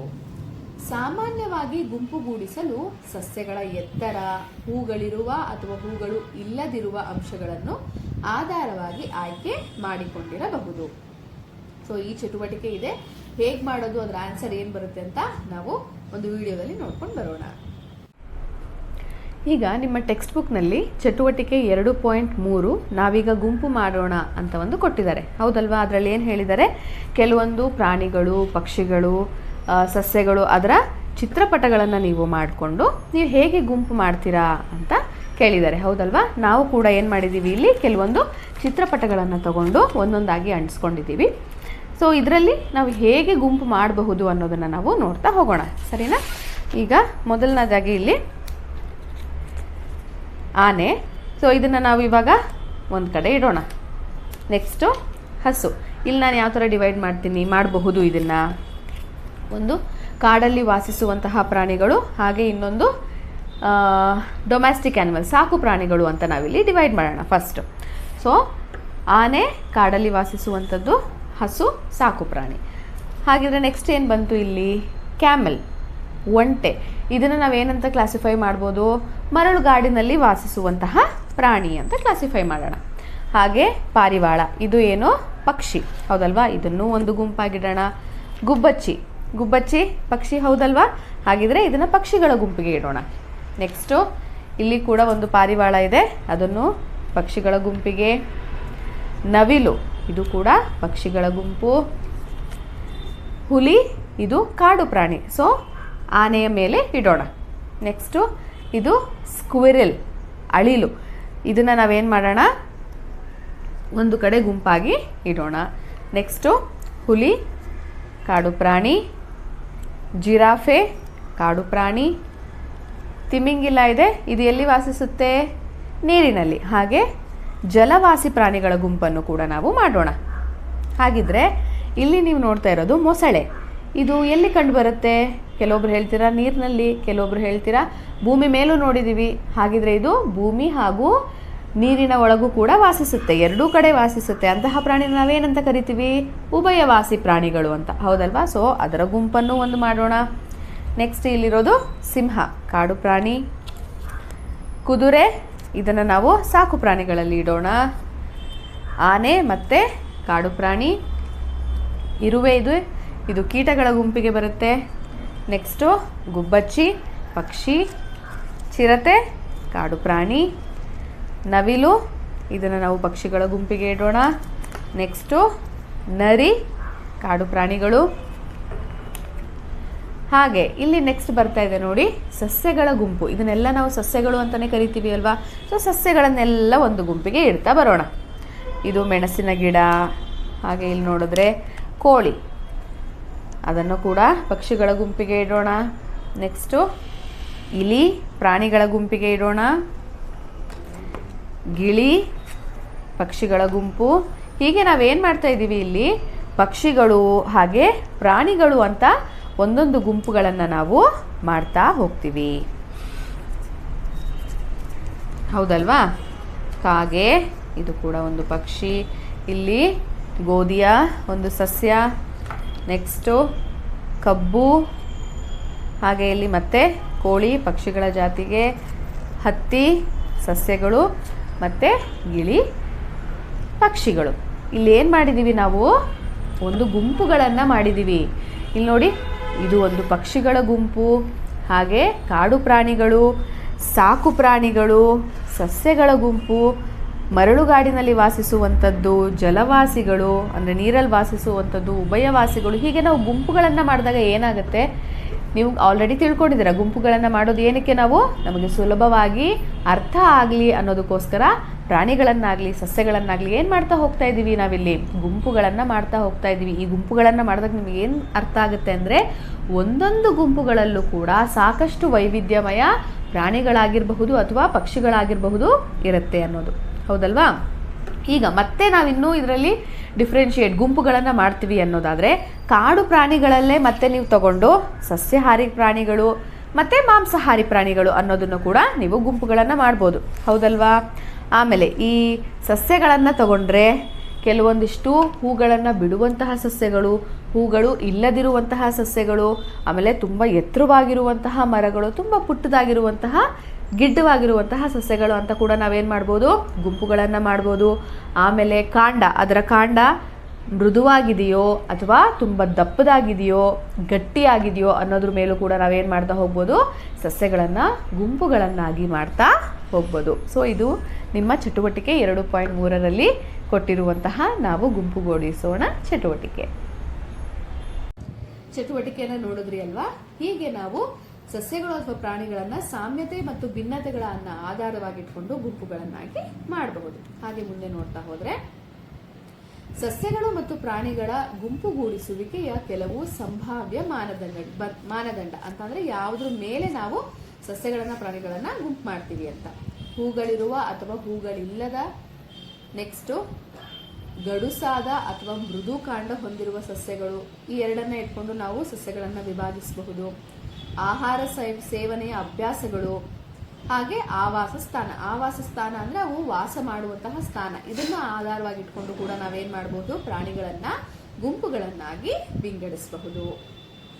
ಹೀಗೆ ಮುಂದೆ ನೋಡ್ತಾ ಹೋದ್ರೆ ಪ್ರಾಣಿಗಳು ಹೇಗೆ ಆಹಾರ ಸೇವಿಸುತ್ತವೆ, ಎಲ್ಲಿ ವಾಸಿಸುತ್ತವೆ, ಅವುಗಳು ಯಾವ ಬಣ್ಣವನ್ನು ಹೊಂದಿವೆ ಮತ್ತು ಹೇಗೆ ಚಲಿಸುತ್ತವೆ ಎಂಬ ವಿವಿಧ ಗುಣಗಳ ಆಧಾರದ ಮೇಲೆ ನೀವು ಅವುಗಳನ್ನ ಗುಂಪುಗೂಡಿಸಬಹುದು. ಸೊ ಇದಿಷ್ಟನ್ನೆಲ್ಲ ಗುಣಗಳನ್ನ ಇಟ್ಕೊಂಡು ನಾವೇನ್ ಮಾಡಬಹುದು ಗುಂಪುಗಳನ್ನಾಗಿ ಮಾಡಬಹುದು. ಹಾಗೇನೆ ಗುಂಪುಗೂಡಿಸುವಿಕೆಯ ಪ್ರಾಮುಖ್ಯತೆ ಏನು, ನಾವು ಗುಂಪು ಮಾಡ್ತಿದೀವಲ್ವಾ ಅದರ ಯೂಸ್ ಏನು, ಇಂಪಾರ್ಟೆನ್ಸ್ ಏನು ಅಂತ. ಗುಂಪುಗೂಡಿಸುವಿಕೆಯು ಸಸ್ಯ ಮತ್ತು ಪ್ರಾಣಿಗಳನ್ನು ಅವುಗಳ ಸಾಮ್ಯತೆ ಮತ್ತು ಭಿನ್ನತೆಗಳ ಆಧಾರದ ಮೇಲೆ ಅಧ್ಯಯನ ಮಾಡಲು ಮತ್ತು ತಿಳಿದುಕೊಳ್ಳಲು ಸಹಾಯಕವಾಗಿದೆ. ಈ ಸಸ್ಯ ಮತ್ತೆ ಈ ಪ್ರಾಣಿಗಳ ಮಧ್ಯ ಏನೇನು ಸಾಮ್ಯತೆ ಇದೆ, ಏನೇನು ಭಿನ್ನತೆ ಇದೆ ಅಂತ ಒಂದೊಂದು ಕಡೆ ನಾವು ಗುಂಪು ಮಾಡಿ ಇಟ್ಕೊಂಡಾಗ ಏನಾಗುತ್ತೆ, ಏನೋ ನಾನು ಕೇಳ್ತೀನಿ, ಮಾಂಸಾಹಾರಿ ಪ್ರಾಣಿಗಳಿಗೆ 2 ಉದಾಹರಣೆ ಕೊಡಿ. ಸೊ ನಿಮ್ಗೆ ಆಲ್ರೆಡಿ ಗೊತ್ತು ಮಾಂಸ ತಿನ್ನುವಂತಹ ಪ್ರಾಣಿಗಳನ್ನ ಮಾಂಸಾಹಾರಿಗಳು ಅಂತ ಕರೀತಾರೆ, ಅದಕ್ಕೆ ಎಕ್ಸಾಂಪಲ್ ಕೊಡಬೇಕು ಅಂತ. ಸೊ ಗುಂಪು ಮಾಡೋದ್ರಿಂದ ಏನಾಗುತ್ತೆ, ನಮಗೆ ಅವುಗಳ ಬಗ್ಗೆ ಅಧ್ಯಯನ ಮಾಡೋದಕ್ಕೆ ತಿಳ್ಕೊಳ್ಳೋದಕ್ಕೆ ಜಾಸ್ತಿ ಹೆಲ್ಪ್ಫುಲ್ ಆಗ್ತಾ ಹೋಗುತ್ತೆ. ಹಾಗೆ ಮುಂದೆ ನೋಡ್ತಾ ಹೋದ್ರೆ ಸಸ್ಯಗಳನ್ನ ಗುಂಪುಗೂಡಿಸುವುದು ಹೇಗೆ. ಇವಾಗ ನಾವು ಇಷ್ಟೋ ತನಕ ಗುಂಪು ಮಾಡಬೇಕು ಅಂತ ಮಾತಾಡಿದ್ವಿ, ಹೌದಲ್ವಾ. ಅದೇ ಗುಂಪನ್ನ ಹೇಗೆ ಮಾಡೋದು ಅಂತ ನಾವೀಗ ನೋಡ್ತಾ ಹೋಗೋಣ. ಸಸ್ಯಗಳು ಕಾಂಡ, ಎಲೆ, ಹೂಗಳು ಮತ್ತಿತರ ಗುಣಗಳಿಗೆ ಸಂಬಂಧಿಸಿದಂತೆ ಭಿನ್ನತೆಗಳನ್ನು ಪ್ರದರ್ಶಿಸುವುದನ್ನು ನೀವು ಗಮನಿಸಿರುತ್ತೀರಿ. ಈಗ ಇಷ್ಟೊಂದು ಸಸ್ಯಗಳನ್ನು ನೀವು ನಿಮ್ಮ ಸುತ್ತಮುತ್ತ ನೋಡಿರ್ತೀರ, ಹೌದಲ್ವಾ? ಅವು ಎಲ್ಲ ಒಂದೇ ಥರದ ಎಲೆಗಳನ್ನು ಹೊಂದಿದೆ. ಅಂದರೆ ಶೇಪ್ ನಾನು ಹೇಳ್ತಾ ಇರೋದು, ಒಂದೇ ಥರ ಶೇಪಲ್ಲಿರೋ ಎಲೆ ಇರುತ್ತಾ? ಒಂದೇ ಬಣ್ಣದಲ್ಲಿರೋ ಎಲೆ ಇರುತ್ತಾ? ಹೂಗಳು ಎಲ್ಲನೂ ಒಂದೇ ಬಣ್ಣ ಇರುತ್ತಾ? ಇಲ್ಲ, ಹೌದಲ್ವಾ? ಎಲ್ಲವೂ ಕೂಡ ವಿಭಿನ್ನವಾಗಿ ಇರುತ್ತೆ. ವಿಭಿನ್ನ ಸಸ್ಯಗಳ ಕಾಂಡಗಳಲ್ಲಿ ದಪ್ಪ, ಎತ್ತರ ಮತ್ತು ಗಡಸುತನದಲ್ಲಿ ವ್ಯತ್ಯಾಸವಿರುತ್ತದೆ. ಕಾಂಡ ಕೆಲವೊಂದರಲ್ಲಿ ದಪ್ಪದಾಗಿರ್ಬೋದು, ಕೆಲವೊಂದು ತುಂಬ ತೆಳುವಾಗಿರಬಹುದು, ಗಡಸಾಗಿರಬಹುದು. ಅದು ಕೂಡ ಡಿಫರೆನ್ಸಸ್ ಅನ್ನು ನಾವು ನೋಡ್ತೀವಿ. ಎಲೆಗಳಲ್ಲಿ ಆಕಾರ, ಬಣ್ಣ, ಗಾತ್ರ ಮತ್ತು ಜೋಡಣೆಯಲ್ಲಿ ವ್ಯತ್ಯಾಸವಿದೆ. ಅದರ ಆಕಾರನೂ ಚೇಂಜ್ ಇರುತ್ತೆ, ಬಣ್ಣ ಕೂಡ ಕೆಲವೊಂದ್ಸತಿ ಹೆಚ್ಚಾಗಿನೇ ಚೇಂಜ್ ಇರುತ್ತೆ. ಸಸ್ಯಗಳ ಕಾಂಡದ ಎತ್ತರ ಮತ್ತು ವಿಧದ ಆಧಾರದ ಮೇಲೆ ಗಿಡಮೂಲಿಕೆಗಳು, ಪೊದೆಗಳು ಮತ್ತು ಮರಗಳು ಎಂದು ಗುಂಪುಗೂಡಿಸಿರುವುದನ್ನು ಸಹ ಹಿಂದಿನ ತರಗತಿಯಲ್ಲಿ ನೀವು ಕಲಿತಿರಬಹುದು. ಸೊ ಇದೆಲ್ಲ ಒಂದು ಕಾಂಡ ಮತ್ತು ಎತ್ತರವನ್ನು ಆಧಾರವಾಗಿಟ್ಕೊಂಡು ನಾವು ಸಸ್ಯಗಳನ್ನು 3 ಭಾಗಗಳಾಗಿ ವಿಭಾಗಿಸಿದ್ದೀವಿ, ಗುಂಪು ಮಾಡಿದ್ದೀವಿ. ಯಾವ್ಯಾವುದು? ಮೂಲಿಕೆ, ಪೊದೆ ಮತ್ತು ಮರ. ಅದು ಹೇಗೆ ಮಾಡಿರ್ತೀವಿ? ಸಸ್ಯಗಳನ್ನು ಅವುಗಳ ಆಧಾರದ ಮೇಲೆ ಗುಂಪುಗೂಡಿಸುವುದನ್ನು ನಾವು ಇನ್ನಷ್ಟು ಏನು ಮಾಡಬೇಕು? ವಿವರವಾಗಿ ಇವಾಗ ತಿಳಿತಾ ಹೋಗೋಣ. ಹೇಗೆ ನಾವು ಅದನ್ನು ಪೊದೆ, ಮೂಲಿಕೆ, ಮರ ಅಂತ ವಿಂಗಡಿಸಿದ್ದೀವಿ ಅಂತ ಗೊತ್ತಾಗಬೇಕಲ್ವ ನಿಮಗೆ? ಅದು ಹೇಗೆ ಅಂತ ತಿಳ್ಕೊಳ್ತಾ ಹೋಗೋಣ. ಚಟುವಟಿಕೆ 2.4 ನಾವೀಗ ಗುಂಪುಗೂಡಿಸೋಣ. ಇನ್ನಷ್ಟು ಆಸಕ್ತಿದಾಯಕ ಅವಲೋಕನಕ್ಕಾಗಿ ಮತ್ತೊಮ್ಮೆ ನಾವೆಲ್ಲ ಪರಿಸರ ನಡಿಗೆಗೆ ಹೋಗೋಣ. ಇನ್ನೊಂದ್ಸತಿ ಉದ್ಯಾನಕ್ಕೆ ಹೋಗಬೇಕು, ಅಥವಾ ಇಲ್ಲ ಅಂತಂದರೆ ನಿಮ್ಮ ಶಾಲೆ ಸುತ್ತಮುತ್ತ ಇರುವ ಮರಗಳಲ್ಲಿ ಅಥವಾ ಸಸ್ಯಗಳಲ್ಲಿ ನೀವು ನೋಡಬಹುದು. ವಿವಿಧ ಸಸ್ಯಗಳ ಎತ್ತರಗಳನ್ನು ಸೂಕ್ಷ್ಮವಾಗಿ ನೋಡೋಣ. ಕಾಂಡವು ಹಸಿರು ಅಥವಾ ಕಂದು ಬಣ್ಣದ್ದೇ. ಫಸ್ಟು ಸಸ್ಯಗಳನ್ನು ನೀವು ಕಂಡುಹಿಡ್ಕೊಳ್ಳಿ, ಆಯಿತಾ? ಎಲ್ಲಿದೆಯೋ ಅಲ್ಲಿ. ಆಮೇಲೆ ಏನು ಮಾಡಬೇಕು? ಅದರ ಕಾಂಡ ಹಸಿರಾಗಿದೆಯೋ, ಕಂದು ಬಣ್ಣದ್ದಾಗಿದೆಯೋ. ಆಮೇಲೆ ಕಾಂಡಗಳನ್ನು ಟಚ್ ಮಾಡಿ ನೋಡಿ, ಸ್ಪರ್ಶಿಸಿ ನೋಡಿ. ನಿಧಾನವಾಗಿ ಅದನ್ನ ಬಗ್ಸೋದಕ್ಕೆ ಟ್ರೈ ಮಾಡಿ, ಬಟ್ ಅದು ಮುರಿಬಾರ್ದು. ನೀವು ಕಾಂಡವನ್ನು ಸುಲಭವಾಗಿ ಬಾಗಿಸಬಲ್ಲಿರಾ? ಅಂದರೆ ಆರಾಮಾಗಿ ಅದನ್ನು ನೀವು ಬಗ್ಗಿಸಬಹುದಾ? ಅಥವಾ ಗಡುಸಾಗಿದೆಯೇ? ಅಂದರೆ ಬಗ್ಸೋದಕ್ಕೆ ನಮಗೇನಾದರೂ ಕಷ್ಟ ಆಗ್ತಿದೆಯೋ? ಕಾಂಡಗಳು ಮುರಿಯದಂತೆ ಎಚ್ಚರ ವಹಿಸಬೇಕು. ಅದರೊಂದಿಗೆ ಸಸ್ಯದ ಯಾವ ಭಾಗದಿಂದ ರೆಂಬೆಗಳು ಹುಟ್ಟಿಕೊಳ್ಳುತ್ತವೆ ಎಂದು ಗಮನಿಸಿ. ಅವು ಕಾಂಡದ ಮೇಲೆ ನೆಲಮಟ್ಟಕ್ಕೆ ಹತ್ತಿರವಾಗಿ ಮೂಡುತ್ತವೆಯೇ ಅಥವಾ ಕಾಂಡದ ಮೇಲೆ ಎತ್ತರದಲ್ಲಿ ಮೂಡುತ್ತವೆಯೇ? ನಿಮ್ಮ ವೀಕ್ಷಣೆಯನ್ನು ಕೋಷ್ಟಕ 2.3ರಲ್ಲಿ ತುಂಬಿ. ಇಲ್ಲಿ ಒಂದು ಕೋಷ್ಟಕವನ್ನು ಕೊಟ್ಟಿದ್ದಾರೆ. ಆ ಕೋಷ್ಟಕವನ್ನು ಫಿಲ್ ಮಾಡೋದಕ್ಕಿಂತ ಮೊದಲು ನಾವು ಈ ಪೊದೆಗಳು, ಮೂಲಿಕೆಗಳು ಮತ್ತು ಮರಗಳನ್ನು ಹೇಗೆ ಗುಂಪು ಮಾಡ್ತೀವಿ ಅನ್ನೋ ಒಂದು ವಿಡಿಯೋ ಇದೆ, ನೋಡ್ಕೊಂಡು ಬನ್ನಿ. ನಿಮ್ಮ ಸುತ್ತಮುತ್ತ ನೀವು ಹಲವಾರು ಸಸ್ಯಗಳನ್ನು ನೋಡೇ ಇರ್ತೀರ, ಹೌದಲ್ವಾ? ಹೇಗಿರ್ತವೆ? ಎಲ್ಲಾನು ಒಂದೇ ಥರ ಇರುತ್ತಾ? ಇಲ್ಲ, ಕೆಲವೊಂದು ಚಿಕ್ಕದಾಗಿರುತ್ತೆ, ಇನ್ನೂ ಕೆಲವೊಂದಿಷ್ಟು ನಿಮ್ಮ ಹೈಟ್ ಇರುತ್ತೆ, ಇನ್ನೂ ಹಲವಾರು ಸಸ್ಯಗಳು ಏನಾಗಿರುತ್ತೆ? ನಿಮಗಿಂತ ತುಂಬ ಎತ್ತರವಾಗಿ ಇರ್ತವೆ. ಹಾಗೆ ಎಲೆಯ ಬಣ್ಣ ಹೇಗಿರುತ್ತೆ? ಒಂದೇ ಥರ ಇರುತ್ತಾ? ಇಲ್ಲ, ಕೆಲವೊಂದು ತುಂಬ ಹಸಿರಾಗಿರುತ್ತೆ, ಡಾರ್ಕ್ ಗ್ರೀನ್ ಇರುತ್ತೆ, ಕೆಲವೊಂದು ತುಂಬ ಲೈಟ್ ಗ್ರೀನ್ ಇರುತ್ತೆ. ಅದನ್ನೂ ಬಿಟ್ಟು ಕೆಲವೊಂದು ಕೆಂಪು, ಬ್ರೌನ್ ಕಲರು, ಹಾಗೆ ಯೆಲ್ಲೋ ಕಲರ್ ಎಲೆಗಳನ್ನು ಕೂಡ ನೀವು ನೋಡಿರ್ತೀರ, ಹೌದಲ್ವಾ? ಹಾಗಿದ್ರೆ ಈ ಸಸ್ಯಗಳನ್ನು ನಾವು ಯಾವುದಾದ್ರೂ ರೀತಿಯಲ್ಲಿ ಗುಂಪು ಮಾಡಬಹುದಾ ಅನ್ನೋದಾದರೆ ಹೌದು. ಸಸ್ಯಗಳನ್ನು ನಾವು ಕಾಂಡದ ಒಂದು ಯಾವ ರೀತಿ ಇದೆ ಕಾಂಡ ಅದು, ಹಾಗೆ ಅದರ ಎತ್ತರ ಎಷ್ಟಿದೆ ಅನ್ನೋದ್ರ ಮೇಲೆ ನಾವೇನು ಮಾಡ್ತಾ ಹೋಗ್ಬೋದು? ಸಸ್ಯಗಳನ್ನು ಗುಂಪುಗಳನ್ನಾಗಿ ಮಾಡ್ತಾ ಹೋಗ್ಬೋದು. ಸೊ ನಾವು ಇವಾಗ ಇಲ್ಲಿರುವಂತಹ ಸಸ್ಯಗಳನ್ನೇ ಕೆಲವೊಂದನ್ನು ನೋಡ್ತಾ ಹೋಗೋಣ, ಹೇಗೆ ಅದನ್ನು ಗುಂಪು ಮಾಡಬಹುದು ಅಂತ. ಇಲ್ಲಿ ನೋಡಿ, ಇಲ್ಲಿರುವಂತಹ ಸಸ್ಯ ಏನಾಗಿರುತ್ತೆ?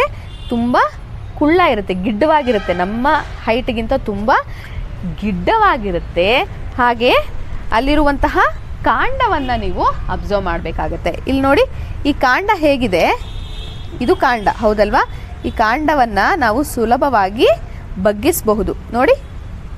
ಹಾಗಂತ ನೀವು ಮುರಿಯೋಕ್ಕೆ ಹೋಗಬೇಡಿ, ಕೇರ್ಫುಲ್ಲಾಗಿ ಜಸ್ಟ್ ನೀವು ಬಗ್ಗಿಸ್ಬೋದು ಆರಾಮಾಗಿ, ಹೌದಲ್ವಾ?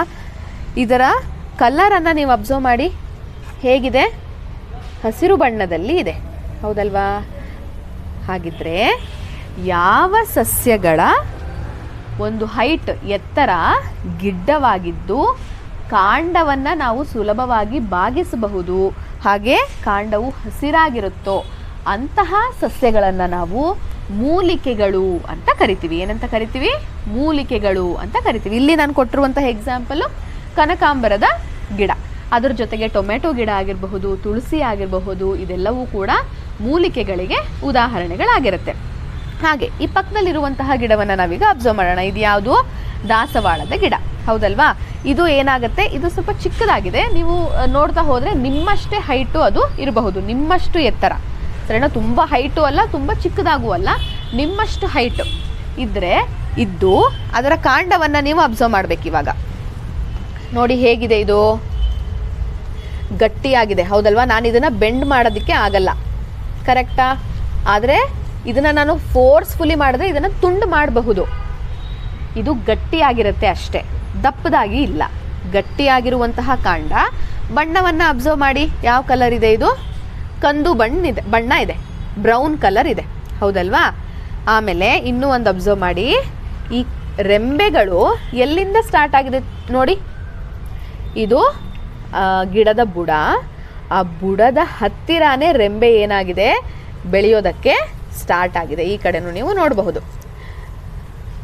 ಸೊ ಯಾವ ಸಸ್ಯಗಳು ನಿಮ್ಮಷ್ಟೇ ಹೈಟ್ ಇರುತ್ತೋ, ನಿಮಗಿಂತ ಸ್ವಲ್ಪ ಹೈಟ್ ಇರ್ಬೋದು ಅಥವಾ ನಿಮಗಿಂತ ಸ್ವಲ್ಪ ಕಡಿಮೆ ಹೈಟ್ ಕೂಡ ಇರಬಹುದು. ಸೊ ನೀವಿಲ್ಲಿ ನೋಡಬಹುದು, ಈ ದಾಸವಾಳ ಗಿಡವನ್ನು ನೀವು ನೋಡಿದ್ರೆ ನಿಮಗೆ ನೀಟಾಗಿ ಗೊತ್ತಾಗುತ್ತೆ. ಇದು ನಮ್ಮಷ್ಟೇ ಹೈಟ್ ಇದೆ.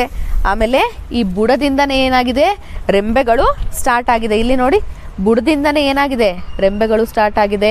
ಕಾಂಡವನ್ನು ಬಗ್ಸಕ್ಕಾಗ್ತಾ ಇಲ್ಲ, ಮತ್ತು ಕಾಂಡ ಬ್ರೌನ್ ಕಲರಲ್ಲಿ ಇದೆ. ಇಂತಹ ಒಂದು ಸಸ್ಯಗಳನ್ನು ನಾವು ಏನಂತ ಗುಂಪು ಮಾಡಬಹುದು? ಪೊದೆಗಳು ಅಂತ ನಾವು ವಿಂಗಡಿಸಬಹುದು, ಸರಿನಾ? ಏನಂತ ಪೊದೆಗಳು ಅಂತ ಕರಿಬೇಕು ಅಂದರೆ, ಎತ್ತರ ನಿಮ್ಮಷ್ಟಿರಬೇಕು, ಕಾಂಡ ಹೇಗಿರಬೇಕು, ಗಟ್ಟಿಯಾಗಿರಬೇಕು, ದಪ್ಪ ಅಲ್ಲ, ಗಟ್ಟಿ.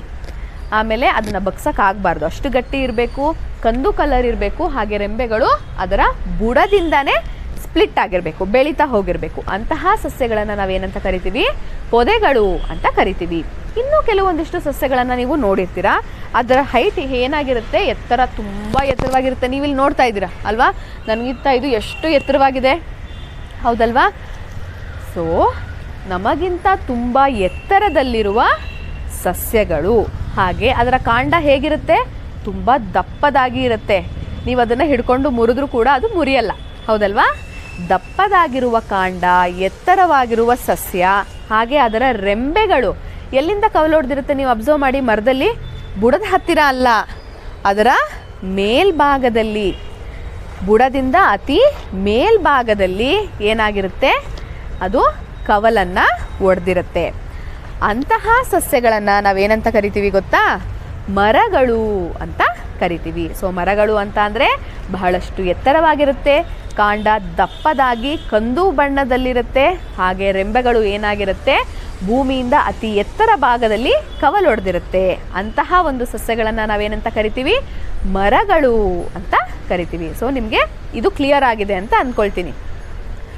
ತುಂಬ ಗಿಡ್ಡವಾಗಿದ್ದು, ಕಾಂಡಗಳು ಹಸಿರು ಬಣ್ಣದಲ್ಲಿದ್ದು, ಬಾಗಿಸಬಹುದಾದಂತಹ ಸಸ್ಯಗಳನ್ನು ನಾವು ಮೂಲಿಕೆಗಳು ಅಂತ ಕರಿತೀವಿ. ನಮ್ಮಷ್ಟೇ ಎತ್ತರವಿದ್ದು, ಕಾಂಡಗಳು ಗಟ್ಟಿಯಾಗಿದ್ದು, ಕಂದು ಬಣ್ಣದಲ್ಲಿದ್ದು, ರೆಂಬೆಗಳು ಭೂಮಿಯ ಹತ್ತಿರಾನೇ ಕವಲೊಡೆದಿದ್ರೆ ಅಂತಹದನ್ನು ನಾವೇನಂತ ಕರಿತೀವಿ? ಪೊದೆಗಳು ಅಂತ ಕರಿತೀವಿ. ಹಾಗೆ ಅತಿ ಎತ್ತರದಲ್ಲಿರುವಂತಹ ದಪ್ಪದಾಗಿ ಕಂದು ಬಣ್ಣದ ಕಾಂಡವನ್ನು ಹೊಂದಿದ್ದು, ರೆಂಬೆಗಳು ಮೇಲ್ಭಾಗದಲ್ಲಿ ಕವಲೊಡೆದಿದ್ರೆ ಅಂತಹಗಳನ್ನು ನಾವು ಮರಗಳು ಅಂತ ಕರಿತೀವಿ. ಅದಷ್ಟೇ ಅಲ್ಲ, ಇನ್ನೂ ಕೆಲವೊಂದು ಸತಿ ನೀವು ನೋಡಿರ್ತೀರ, ಕೆಲವೊಂದು ಸಸ್ಯಗಳು ಯಾವುದೇ ಒಂದು ಸಪೋರ್ಟ್ ಇಲ್ಲದೆ ಮೇಲ್ಗಡೆ ಬೆಳೆಯೋದಕ್ಕೆ ಸಾಧ್ಯನೇ ಇಲ್ಲ, ಹೌದಲ್ವಾ? ಅಂತಹದನ್ನು ನಾವೇನಂತ ಕರಿತೀವಿ? ಬಳ್ಳಿಗಳು ಅಂತ ಕರಿತೀವಿ. ನಾವು ಅದನ್ನು ಇವಾಗ ನೋಡೋಣ. ನೋಡಿ, ಇದು ಒಂದು ಬಳ್ಳಿ, ಅಮೃತ ಬಳ್ಳಿ ಗಿಡ. ಇದು ಇಲ್ಲೇನು ನೋಡ್ತಾ ಇದ್ದೀರಾ ನೀವು? ಇದಕ್ಕೆ ಯಾವುದೂ ಸಪೋರ್ಟ್ ಇಲ್ಲ ಅಂತ ಅಂದರೆ ಸ್ಟ್ರೇಟಾಗಿ ಬೆಳೆಯೋದಕ್ಕೆ ಆಗೋದೇ ಇಲ್ಲ. ಇಲ್ಲೇನು ಮಾಡ್ತಾ ಇದೆ, ಇದು ಇನ್ನೊಂದು ಗಿಡಕ್ಕೆ ಸಪೋರ್ಟ್ ತೊಗೊಂಡು ಅಥವಾ ಇಲ್ಲಿ ಕಂಬಕ್ಕೆ ಸಪೋರ್ಟ್ ತೊಗೊಂಡು ಏನು ಮಾಡ್ತಾ ಇದೆ, ಬಳ್ಳಿಗಳು ಮೇಲಕ್ಕೆ ಬೆಳೀತಾ ಇದೆ. ಇದನ್ನು ನಾವೇನಂತ ಕರಿತೀವಿ? ಬಳ್ಳಿ ಅಂತ ಕರಿತೀವಿ. ಇನ್ನೂ ಕೆಲವೊಂದಿಷ್ಟು ಗಿಡಗಳಿದ್ದಾವೆ, ಸಸ್ಯಗಳಿದ್ದಾವೆ. ಅವೇನು ಗೊತ್ತಾ, ನೆಲದ ಮೇಲೇ ಬೆಳೀತಾ ಹೋಗ್ತವೆ. ಎಕ್ಸಾಂಪಲ್ ಹೇಳಿ ನೋಡೋಣ, ನಿಮಗೆ ಗೊತ್ತಿರುತ್ತೆ. ಕಲ್ಲಂಗಡಿ ಹಣ್ಣು, ಕುಂಬಳಕಾಯಿ, ಅವೆಲ್ಲ ಏನು ಮಾಡ್ತವೆ, ನೆಲದ ಮೇಲೇ ಆ ಬಳ್ಳಿಗಳು ಹಬ್ಬುತ್ತಾ ಹೋಗುತ್ತೆ.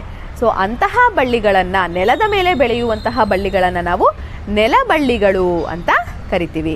ಸೊ ಬಳ್ಳಿಗಳಲ್ಲೂ 2 ವಿಧ. ಒಂದು ನಾರ್ಮಲ್ ಬಳ್ಳಿ, ಇದು ಮೇಲೆ ಹಬ್ತಾ ಹೋಗುತ್ತೆ, ಅದನ್ನು ಅಡರು ಬಳ್ಳಿ ಅಂತ ಕರಿತೀವಿ. ನೆಲದ ಮೇಲೆ ಹಬ್ಬುವಂತಹ ಬಳ್ಳಿಗಳನ್ನು ನಾವು ನೆಲಬಳ್ಳಿಗಳು ಅಂತ ಕರಿತೀವಿ. ಸೊ ಸಸ್ಯಗಳಲ್ಲಿ ನಾವೀಗಾಗಲೇ 5 ಗುಂಪು ಮಾಡಿದ್ವಿ. ಚಿಕ್ಕದಾಗಿರುವಂಥದ್ದು ಮೂಲಿಕೆಗಳು, ಅದಕ್ಕಿಂತ ಸ್ವಲ್ಪ ಎತ್ತರವಾಗಿರುವಂತಹ ಪೊದೆಗಳು, ನಮಗಿಂತ ಬಹಳಷ್ಟು ಎತ್ತರದಲ್ಲಿರುವಂತಹ ಮರಗಳು, ಮೇಲೆ ಹಬ್ಬುವಂತಹ ಅಡರು ಬಳ್ಳಿಗಳು, ನೆಲದ ಮೇಲೆ ಹರಡುವಂತಹ ನೆಲಬಳ್ಳಿಗಳು. ಇದಿಷ್ಟು ಕೂಡ ಏನು, ಸಸ್ಯಗಳನ್ನು ನಾವು ವಿವಿಧ ಹಂತಗಳಲ್ಲಿ ಕೆಲವೊಂದಿಷ್ಟು ಕ್ಯಾರೆಕ್ಟರಿಸ್ಟಿಕ್ಸನ್ನು ನೋಡಿಕೊಂಡು ಅದರ ಒಂದು ಅದ್ರ ಮೇಲೆ ಡಿಪೆಂಡ್ ಆಗಿ ಏನು ಮಾಡಿದ್ದೀವಿ, ಸಸ್ಯಗಳನ್ನು ಗುಂಪುಗಳನ್ನಾಗಿ ಮಾಡಿದ್ದೀವಿ. ನೀವು ಗೊತ್ತಾಯ್ತಲ್ವಾ ಯಾವ ಯಾವ ಆಧಾರದ ಮೇಲೆ ನಾವು ಗಿಡಗಳನ್ನು ಅಥವಾ ಸಸ್ಯಗಳನ್ನು ಮೂಲಿಕೆಗಳು, ಪೊದೆಗಳು ಮತ್ತು ಮರಗಳು ಅಂತ ಡಿವೈಡ್ ಮಾಡಿದ್ದೀವಿ ಅಥವಾ ಗುಂಪು ಮಾಡಿದ್ದೀವಿ ಅಂತ. ಬನ್ನಿ ಹಾಗಿದ್ರೆ ಕೋಷ್ಟಕ 2.3 ತುಂಬೋಣ. ಕೋಷ್ಟಕ 2.3 ಸಸ್ಯದ ಎತ್ತರ ಮತ್ತು ಕಾಂಡದ ಸ್ವಭಾವದ ಆಧಾರದ ಮೇಲೆ ಸಸ್ಯಗಳ ಗುಂಪುಗೂಡಿಸುವಿಕೆ. ಕೋಷ್ಟಕ ನೋಡಿ, ಇಲ್ಲಿ ಅವರು 3 ಎಕ್ಸಾಂಪಲ್ ಅನ್ನ ನಿಮ್ಗೆ ಆಲ್ರೆಡಿ ಕೊಟ್ಟಿದ್ದಾರೆ. ಸಸ್ಯದ ಹೆಸರು ಮಾವು. ಉದ್ದ ಹೇಗಿರುತ್ತೆ, ತುಂಬಾ ಎತ್ತರವಾಗಿರುತ್ತೆ. ಕಾಂಡದ ಸ್ವಭಾವ ಹೇಗಿದೆ, ಕಂದು ಬಣ್ಣದ್ದಿದೆ. ಎಳೆದಾಗಿರುತ್ತೆ, ಗಡಸಾಗಿರುತ್ತೋ, ತುಂಬಾ ದಪ್ಪ ಇರುತ್ತೆ, ಹೌದಲ್ವಾ? ನೀವು ಅದನ್ನ ಮುರಿಯಕ್ಕಾಗಲ್ಲ, ಸೊ ಗಡಸು. ದಪ್ಪ ಇರುತ್ತೋ, ತೆಳುವಾಗಿರುತ್ತೋ, ತುಂಬಾ ದಪ್ಪದಾಗಿ ಇರುತ್ತೆ. ರೆಂಬೆಗಳು ಎಲ್ಲಿ ಮೂಡಿರುತ್ತೆ, ನೆಲದ ಹತ್ತಿರಕ್ಕ ಅಥವಾ ಕಾಂಡದ ಮೇಲಿನ ಭಾಗದಲ್ಲೋ? ಮೇಲಿನ ಭಾಗದಲ್ಲಿ, ಹೌದಲ್ವಾ? ಸೊ ಇದಿಷ್ಟು ಇರೋದ್ರಿಂದ ಅದನ್ನ ನಾವೇನಂತ ಕರಿತೀವಿ, ಮರ ಅಂತ ಕರಿತೀವಿ. ನೆಕ್ಸ್ಟ್ ಗುಲಾಬಿ. ಉದ್ದ ಮಧ್ಯಮವಾಗಿರುತ್ತೆ, ಅಂದ್ರೆ ನಿಮ್ಮ ಹೈಟ್ ಅಥವಾ ನಿಮಗಿಂತ ಸ್ವಲ್ಪ ಕುಳ್ಳಗಿರುತ್ತೆ. ಅದರ ಕಾಂಡ ಹೇಗಾಗಿರುತ್ತೆ, ಕಂದು ಬಣ್ಣದಲ್ಲಿರುತ್ತೆ, ಗಡಸಾಗಿರುತ್ತೆ, ಅಂದ್ರೆ ಅದನ್ನ ನೀವು ಆದಷ್ಟು ಸುಲಭವಾಗಿ ಬಗ್ಸಕ್ಕೆ ಆಗಲ್ಲ. ದಪ್ಪ ಇರುತ್ತಾ ಅಥವಾ ತೆಳುವಾಗಿರುತ್ತಾ? ಅದು ತೆಳುವಾಗಿರುತ್ತೆ. ಅದಕ್ಕೋಸ್ಕರನೇ ಅದನ್ನ ನೀಟಾಗಿ ನೀವು ಕಟ್ ಮಾಡಿ ಏನ್ ಮಾಡ್ಬೋದು, ಹಚ್ಚಿದ್ರೆ ಮತ್ತೆ ಇನ್ನೊಂದು ಗಿಡ ಬರುತ್ತೆ. ರೆಂಬೆಗಳು ಮೂಡುವ ಸ್ಥಳ ನೆಲಕ್ಕೆ ಹತ್ತಿರವಾಗಿ ಮೂಡುತ್ತೆ, ಆದ್ರಿಂದ ಅದನ್ನ ನಾವೇನಂತ ಕರಿತೀವಿ, ಪೊದೆ ಅಂತ ಕರಿತೀವಿ. 3ನೇ ಎಕ್ಸಾಂಪಲ್ ಟೊಮ್ಯಾಟೊ. ಅದರ ಎತ್ತರ ಏನಾಗಿರುತ್ತೆ, ತುಂಬಾ ಗಿಡ್ಡದಾಗಿರುತ್ತೆ, ತುಂಬಾ ಶಾರ್ಟ್ ಇರುತ್ತೆ. ಆಮೇಲೆ ಅದರ ಕಾಂಡ ಹಸಿರು ಬಣ್ಣ ಇರುತ್ತೆ, ಎಳೆಯದಾಗಿರುತ್ತೆ ಮತ್ತು ತೆಳುವಾಗಿರುತ್ತೆ.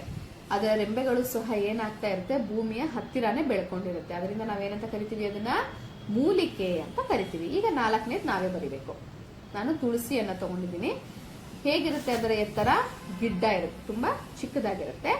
ಅದರ ಕಾಂಡ ಹಸಿರು ಬಣ್ಣದಾಗಿರುತ್ತೆ, ಹಾಗೆ ಅದು ಎಳೆಯದಾಗಿರುತ್ತೆ ಮತ್ತು ತೆಳುವಾಗಿರುತ್ತೆ, ಅಂದ್ರೆ ನೀವು ಅದನ್ನ ಈಸಿಯಾಗಿ ಬಾಗಿಸ್ಬೋದು. ಆಮೇಲೆ ಅದರ ರೆಂಬೆಗಳು ಎಲ್ಲಿ ಮೂಡುತ್ತೆ, ನೆಲಕ್ಕೆ ಹತ್ತಿರವಾಗಿ. ಸೊ ನಾವು ಅದನ್ನ ಏನಂತ ಕರಿತೀವಿ, ಮೂಲಿಕೆ ಅಂತ ಕರಿತೀವಿ. ಇನ್ನೊಂದು ಎಕ್ಸಾಂಪಲ್ ಬೇವು. ಉದ್ದ ಎತ್ತರವಾಗಿರುತ್ತೆ, ಕಾಂಡ ಹೇಗಿರುತ್ತೆ, ಕಂದು ಬಣ್ಣದ್ದಾಗಿರುತ್ತೆ, ಗಡಸಾಗಿರುತ್ತೆ ಮತ್ತು ದಪ್ಪದಾಗಿರುತ್ತೆ. ಆ ರೆಂಬೆ ಎಲ್ಲಿ ಮೂಡಿರುತ್ತೆ, ಕಾಂಡದ ಮೇಲಿನ ಭಾಗದಲ್ಲಿ ಮೂಡಿರುತ್ತೆ, ಆದ್ರಿಂದ ನಾವು ಅದನ್ನ ಏನಂತ ಕರಿತೀವಿ, ಮರ ಅಂತ ಕರಿತೀವಿ. ಇನ್ನೊಂದು ಎಕ್ಸಾಂಪಲ್ ನೋಡೋದಾದ್ರೆ ದಾಸವಾಳ. ಸೊ ದಾಸವಾಳ ಹೇಗಿರುತ್ತೆ, ಉದ್ದ ತುಂಬಾ ಮಧ್ಯಮ, ಅಂದ್ರೆ ನಿಮ್ಮಷ್ಟೇ ಅಂತ ಅಂದ್ಕೊಳ್ಳೋಣ. ಕಾಂಡದ ಸ್ವಭಾವ ಹೇಗಿರುತ್ತೆ, ಕಂದು ಬಣ್ಣದ್ದಾಗಿರುತ್ತೆ. ಆಮೇಲೆ ಅದು ಗಡಸಾಗಿರುತ್ತೆ, ಅಂದ್ರೆ ನೀವು ಆ ವಿಡಿಯೋದಲ್ಲಿ ನೋಡಿದ್ರಿ, ಹೌದಲ್ವಾ? ನೀವು ಅದನ್ನ ಮುರಿಯೋದಕ್ಕೆ ಟ್ರೈ ಮಾಡಿದ್ರೆ ತುಂಬಾ ಹೆಚ್ಚು ಒತ್ತಡ ಹಾಕಿದ್ರೆ ಮುರಿಬಹುದು, ಆದ್ರೆ ಸುಲಭವಾಗಿ ಬಾಗ್ಸಕ್ಕೆ ಆಗಲ್ಲ. ಅದು ತೆಳುವಾಗಿರುತ್ತೆ, ಅಂದ್ರೆ ಮುರಿಬಹುದು. ರೆಂಬೆಗಳು ಎಲ್ಲಿ ಮೂಡುತ್ತೆ, ನೆಲಕ್ಕೆ ಹತ್ತಿರವಾಗಿ, ಅಂದ್ರೆ ಬುಡದ ಹತ್ತಿರನೇ ಅದು ಬೆಳೆದಿರುತ್ತೆ, ಆದ್ರಿಂದ ನಾವು ಅದನ್ನ ಏನಂತ ಕರಿಬಹುದು, ಪೊದೆ ಅಂತ ಕರಿಬಹುದು. ಸೊ ಕೋಷ್ಟಕ ನೀವು ಫಿಲ್ ಮಾಡಿದ್ದೀರಾ. ಇದರಿಂದ ನಿಮಗೆ ಪೊದೆ, ಮೂಲಿಕೆ ಮತ್ತು ಮರಗಳು ಅಂದ್ರೆ ಏನು, ಅದನ್ನ ಹೇಗೆ ನಾವು ಗುಂಪುಗಳನ್ನಾಗಿ ಮಾಡ್ತೀವಿ ಅನ್ನೋದು ಕ್ಲಿಯರ್ ಆಗಿದೆ ಅಂತ ಅನ್ಕೊಂಡು ನೆಕ್ಸ್ಟ್ ಟಾಪಿಕ್ಗೆ ನಾವು ಹೋಗೋಣ. ಕೆಲವು ಸಸ್ಯಗಳು ಕಠಿಣವಾದ, ದಪ್ಪವಾದ, ಕಂದು ಬಣ್ಣದ ಮತ್ತು ಮರದಂತಹ ಗಟ್ಟಿಯಾದ ಕಾಂಡ ಹೊಂದಿದ್ದು ಎತ್ತರವಾಗಿ ಬೆಳೆಯುತ್ತವೆ. ಅವುಗಳ ರೆಂಬೆಗಳು ವಿಶಿಷ್ಟವಾಗಿ ಕಾಂಡದ ಮೇಲಿನ ಭಾಗದಲ್ಲಿ ಮತ್ತು ನೆಲದಿಂದ ಎತ್ತರಕ್ಕೆ ಪ್ರಾರಂಭವಾಗುತ್ತವೆ. ಈ ಸಸ್ಯಗಳನ್ನು ಮರಗಳೆಂದು ಕರೆಯುತ್ತಾರೆ. ಉದಾಹರಣೆ ಮಾವಿನ ಮರ, ಆಲದ ಮರ, ಅರಳಿ ಮರ. ಸೊ ಇದಿಷ್ಟನ್ನು ನೀವು ನೋಡಿದ್ದೀರಾ. ಮರ ಅಂದ್ರೆ ಏನು ಅಂತ ಗೊತ್ತಾಗಿದೆ ಅನ್ಕೊಳ್ತೀನಿ. ಕೆಲವು ಸಸ್ಯಗಳು ಮರಗಳಷ್ಟು ಎತ್ತರ ಇರುವುದಿಲ್ಲ. ಈ ಸಸ್ಯಗಳ ಕಾಂಡಗಳು ಕಂದು ಬಣ್ಣ ಹೊಂದಿದ್ದು ರೆಂಬೆಗಳು ಭೂಮಿಗೆ ಸಮೀಪದಲ್ಲಿ ಇರುತ್ತವೆ. ಇವುಗಳ ಕಾಂಡವು ಗಟ್ಟಿಯಾಗಿದ್ದು ಮರದಲ್ಲಿರುವಷ್ಟು ದಪ್ಪನಾಗಿರೋದು, ಅಂದರೆ ಸಣ್ಣಗಿರುತ್ತೆ ಅಂತ. ಈ ಸಸ್ಯಗಳನ್ನು ಪೊದೆಗಳು ಎಂದು ಕರೆಯುತ್ತಾರೆ. ಉದಾಹರಣೆಗೆ ಗುಲಾಬಿ ಸಸ್ಯ. ಇನ್ನು ನೋಡ್ತಾ ಹೋದರೆ ಕೆಲವು ಸಸ್ಯಗಳ ಕಾಂಡಗಳು ತೆಳುವಾಗಿ, ಎಳಸಾಗಿ ಮತ್ತು ಹಸಿರಿನಿಂದ ಕೂಡಿರುತ್ತವೆ. ಇವುಗಳನ್ನು ಮೂಲಿಕೆಗಳು ಎಂದು ಕರೆಯುತ್ತಾರೆ. ಉದಾಹರಣೆಗೆ ಟೊಮ್ಯಾಟೊ ಸಸ್ಯ. ಕೆಲವು ಸಸ್ಯಗಳು ದುರ್ಬಲ ಕಾಂಡಗಳನ್ನು ಹೊಂದಿದ್ದು ಬೆಳೆಯಲು ಆಧಾರದ ಅಗತ್ಯವಿರುತ್ತದೆ. ಅವುಗಳನ್ನು ಬಳ್ಳಿಗಳು ಎಂದು ಕರೆಯುತ್ತಾರೆ. ಸೊ ನೀವಲ್ಲಿ ಸೈಡಲ್ಲಿ ಚಿತ್ರನ ನೀವು ನೋಡ್ತಾ ಇದ್ದೀರಾ. ಕೆಲವು ಸಸ್ಯಗಳು ನೆಲದ ಮೇಲೆ ಹರಡಿಕೊಳ್ಳುತ್ತವೆ ಮತ್ತು ಇವುಗಳನ್ನು ನೆಲಬಳ್ಳಿಗಳು ಎಂದು ಕರೆಯುತ್ತಾರೆ. ಸೊ ಅದರ ಚಿತ್ರವನ್ನು ಕೂಡ ನೀವು ನೋಡ್ತಾ ಇದ್ದೀರಾ. ಸೊ ಈ ಟಾಪಿಕ್ ನಿಮಗೆ ಕ್ಲಿಯರ್ ಆಗಿದೆ ಅಂತ ಅಂದ್ಕೊಳ್ತೀನಿ. ನೆಕ್ಸ್ಟ್ ನೋಡ್ತಾ ಹೋದ್ರೆ ಚಟುವಟಿಕೆ 2.5 ನಾವೀಗ ಹೋಲಿಸೋಣ.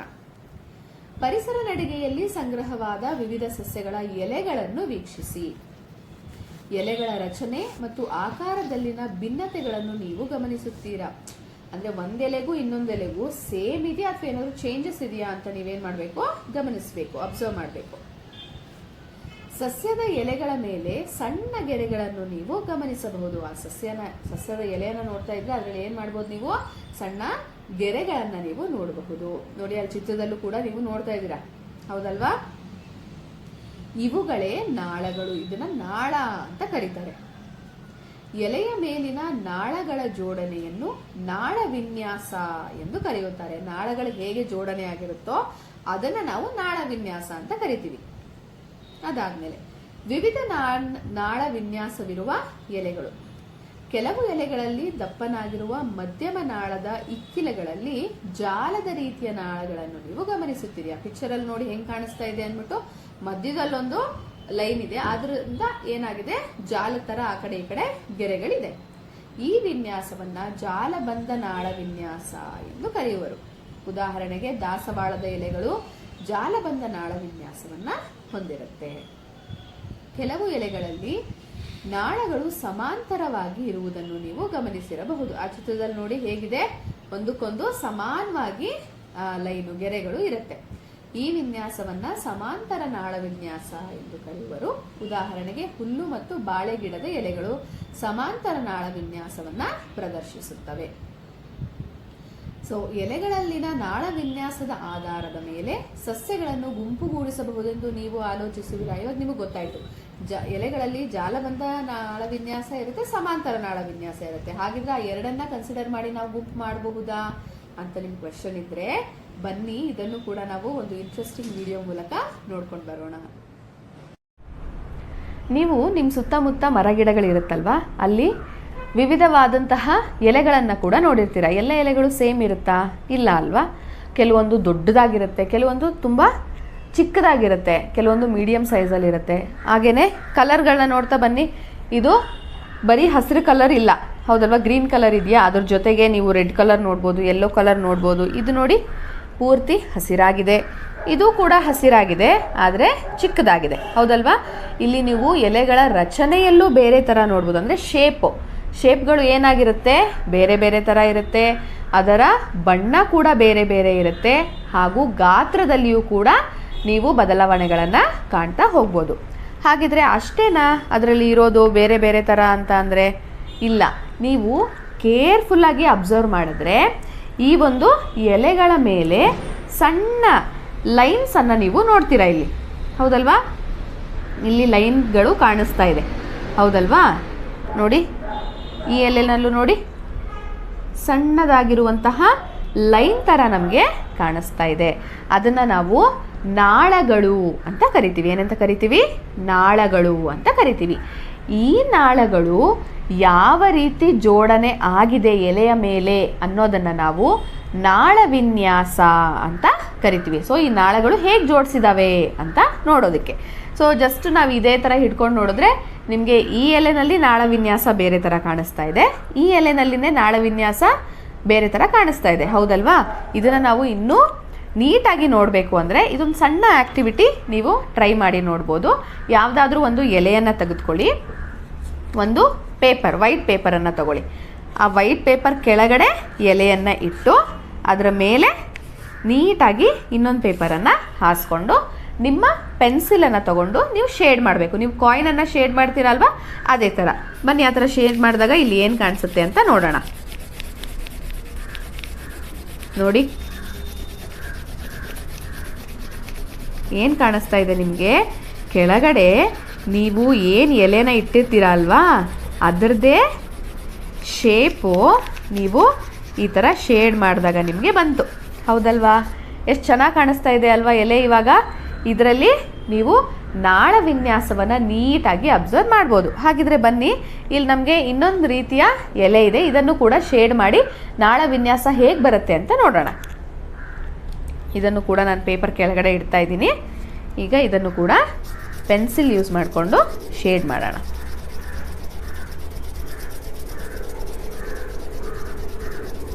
ಶೇಡ್ ಆಯಿತು, ಹೌದಲ್ವಾ? ಇದು ಕೂಡ ಒಂದು ರೀತಿಯ ಎಲೆ, ಇದು ಕೂಡ ಒಂದು ರೀತಿಯ ಎಲೆ. ಇಲ್ಲಿ ನೋಡಿ, ಈ ಮಧ್ಯದಲ್ಲಿ ಕಾಣಿಸ್ತಾ ಇದೆಯಲ್ಲ, ಇದನ್ನು ನಾವು ನಾಳಗಳು ಅಂತ ಕರಿತೀವಿ. ಅದು ಹೇಗೆ ಅರೇಂಜ್ ಆಗಿದೆ ಅನ್ನೋದ್ರ ಮೇಲೆ ಅದನ್ನು ನಾಳ ವಿನ್ಯಾಸ ಅಂತ ಕರಿತೀವಿ.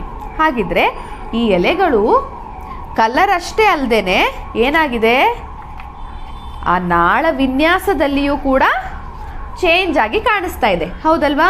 ಹಾಗಿದ್ರೆ ಇವುಗಳಿಗೂ ಕೂಡ ಏನಾದರೂ ಒಂದು ಹೆಸರು ಇರಬೇಕು ಅಲ್ವಾ? ಇದೆ. ಏನದು ಹಾಗಿದ್ರೆ? ನಾಳದ ವಿನ್ಯಾಸ.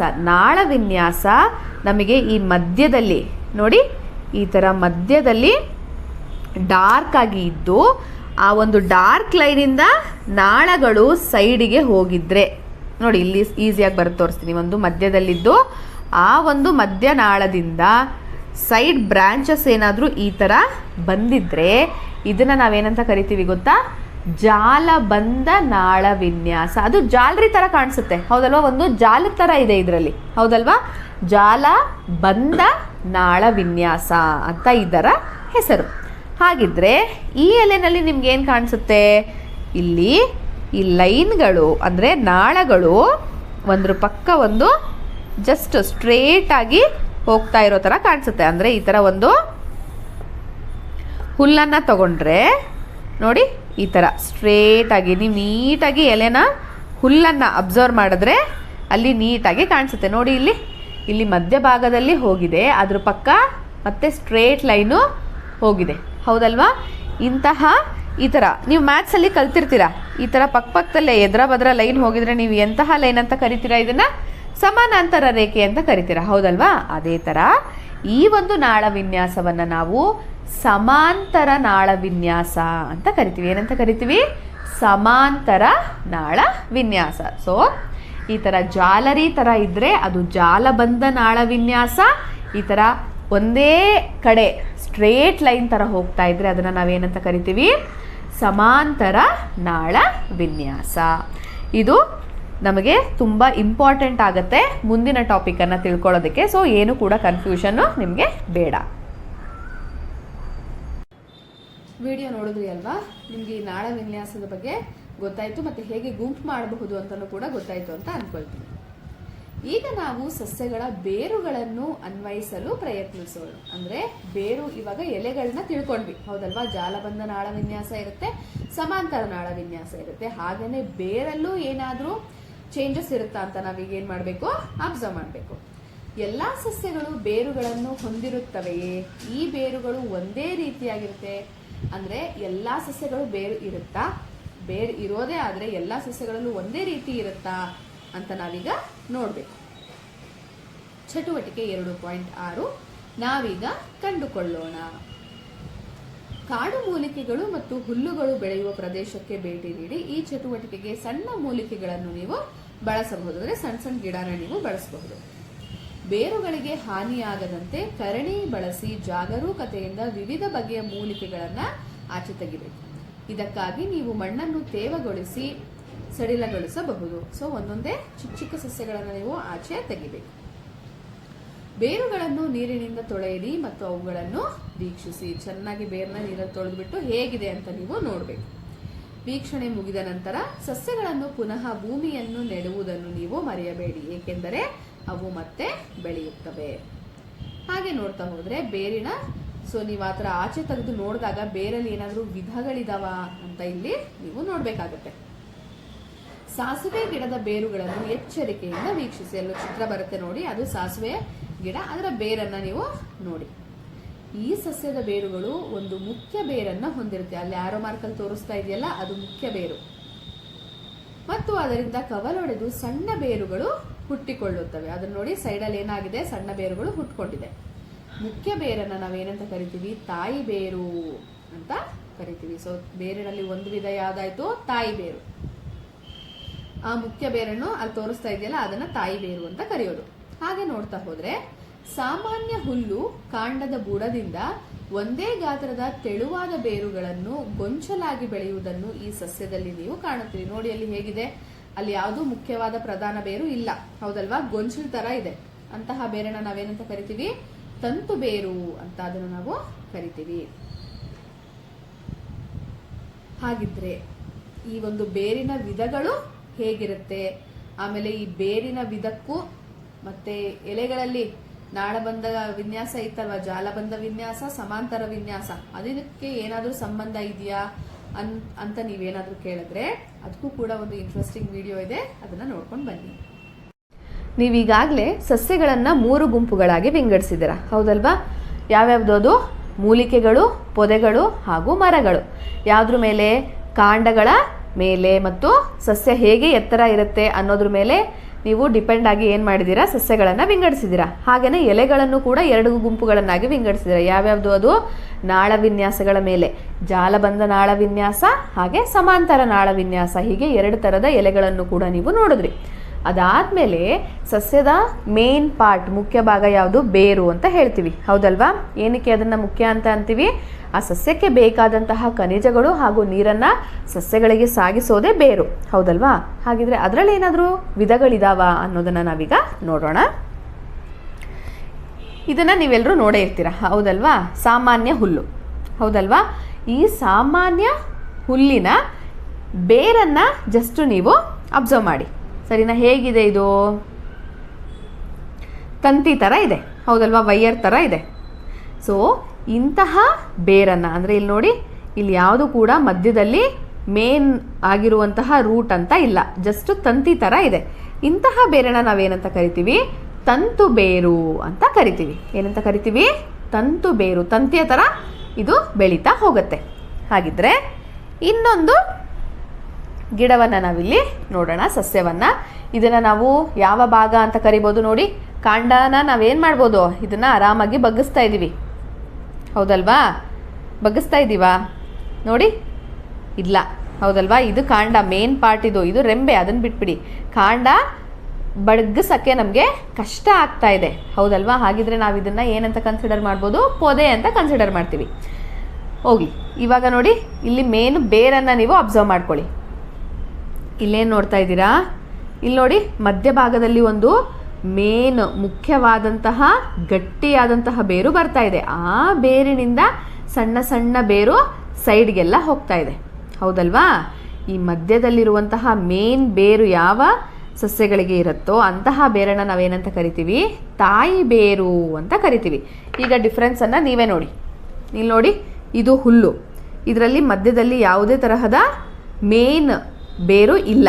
ಅದೇ ಈ ಗಿಡದಲ್ಲಿ ನೋಡಿದ್ರೆ ನೀವು ಒಂದು ಪ್ರಾಮುಖ್ಯವಾದಂತಹ ಪ್ರಧಾನ ಬೇರನ್ನು ನೀವು ಮಧ್ಯದಲ್ಲಿ ನೋಡ್ತಾ ಇದ್ದೀರಾ.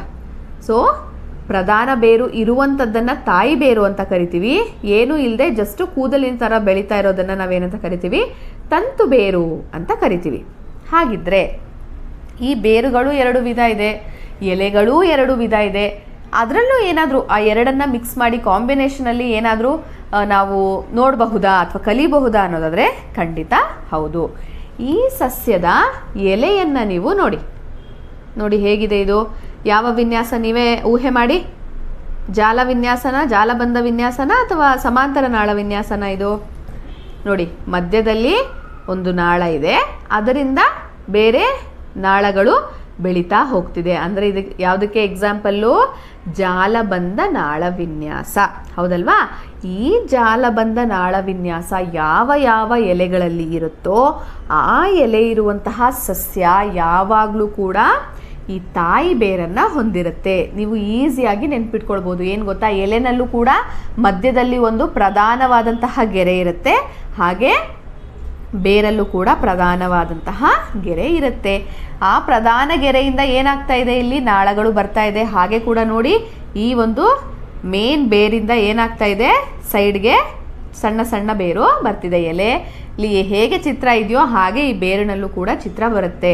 ಸೊ ಏನು ತಿಳ್ಕೊಬೇಕು ನೀವು, ಜಾಲಬಂಧ ನಾಳ ವಿನ್ಯಾಸ ಇರುವ ಎಲೆಗಳಲ್ಲಿ, ಆ ಸಸ್ಯದಲ್ಲಿ ಯಾವಾಗಲೂ ಕೂಡ ತಾಯಿ ಬೇರು ಇರುತ್ತೆ. ಈಗ ಅರಳಿ ಮರ, ಆಲದ ಮರ, ತೆಂಗಿನ ಮರ, ಮಾವಿನ ಮರ, ಹೌದಲ್ವಾ, ಇದೆಲ್ಲ ದೊಡ್ಡ ದೊಡ್ಡ ಮರಗಳಿರುತ್ತೆ.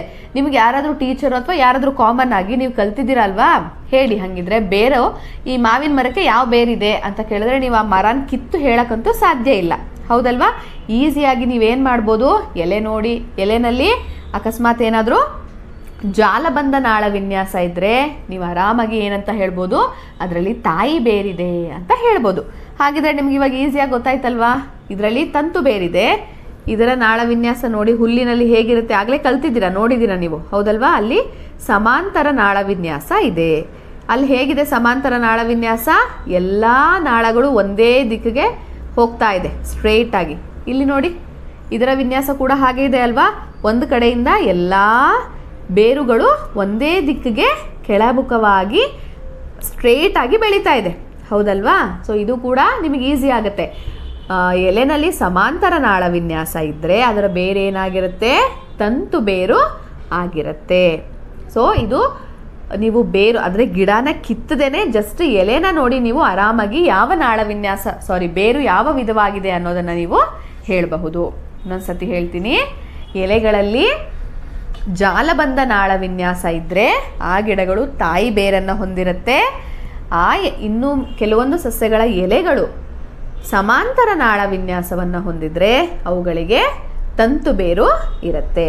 ಸೊ ಯಾರೇ ಕೇಳಿದ್ರು ಕೂಡ ಮರನ ಅಥವಾ ಗಿಡನ ಕಿತ್ತು ನೋಡೋ ಅವಶ್ಯಕತೆ ಇಲ್ಲ, ಎಲೆಯನ್ನು ನೋಡಿ ಅದರಲ್ಲಿ ಯಾವ ಒಂದು ನಾಳ ವಿನ್ಯಾಸ, ಯಾವ ಬೇರಿನ ವಿಧ ಇದೆ ಅನ್ನೋದನ್ನು ನೀವು ಈಸಿಯಾಗಿ ಹೇಳ್ಬೋದು.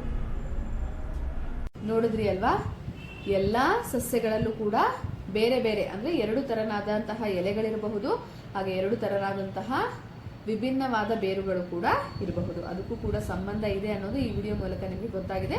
ಬನ್ನಿ ಇನ್ನೊಂದ್ಸತಿ ಅದನ್ನು ಜಸ್ಟ್ ರಿವೈಸ್ ಮಾಡ್ತಾ ಮುಂದಿನ ಟಾಪಿಕ್ಗೆ ಹೋಗೋಣ. ಒಂದೇ ರೀತಿಯ ಸಸ್ಯದ ಬೇರಿನ ವಿಧ ಮತ್ತು ಎಲೆಯ ನಾಳ ವಿನ್ಯಾಸಕ್ಕೆ ಏನಾದರೂ ಸಂಬಂಧವಿದೆಯೇ?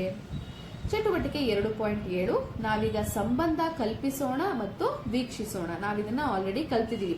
ಏನಂತ ಕಲ್ತ್ವಿ ನಾವು? ಜಾಲಬಂಧ ನಾಳ ವಿನ್ಯಾಸ ಇದ್ರೆ ಅದಕ್ಕೆ ತಾಯಿ ಬೇರಿರುತ್ತೆ. ಆಮೇಲೆ ಸಮಾಂತರ ಜಾಲ ವಿನ್ಯಾಸ ಇದ್ರೆ ಸಮಾಂತರ ನಾಳ ವಿನ್ಯಾಸ ಇದ್ರೆ ಅದಕ್ಕೆ ಏನಿರುತ್ತೆ? ತಂತು ಬೇರಿರುತ್ತೆ ಅಂತ, ಹೌದಲ್ವಾ? ಇವಾಗ ಅದೇ ತರ ಒಂದು ಚಟುವಟಿಕೆಯನ್ನು ಕೊಟ್ಟಿದ್ದಾರೆ, ನಾವು ಏನು ಅಂತ ನೋಡೋಣ. ನಿಮ್ಮ ಶಾಲೆಯ ನರ್ಸರಿಯಿಂದ ಅಥವಾ ಶಾಲಾ ಕೈತೋಟದಲ್ಲಿ ಗಿಡ ನೆಡಲು 5 ಸಾಮಾನ್ಯ ಸಸಿಗಳನ್ನು ಸಂಗ್ರಹಿಸಿ. ನೆಡುವ ಮೊದಲು ಬೇರುಗಳನ್ನು ಮತ್ತು ಎಲೆಗಳಲ್ಲಿರುವ ನಾಳ ವಿನ್ಯಾಸವನ್ನ ವೀಕ್ಷಿಸಿ.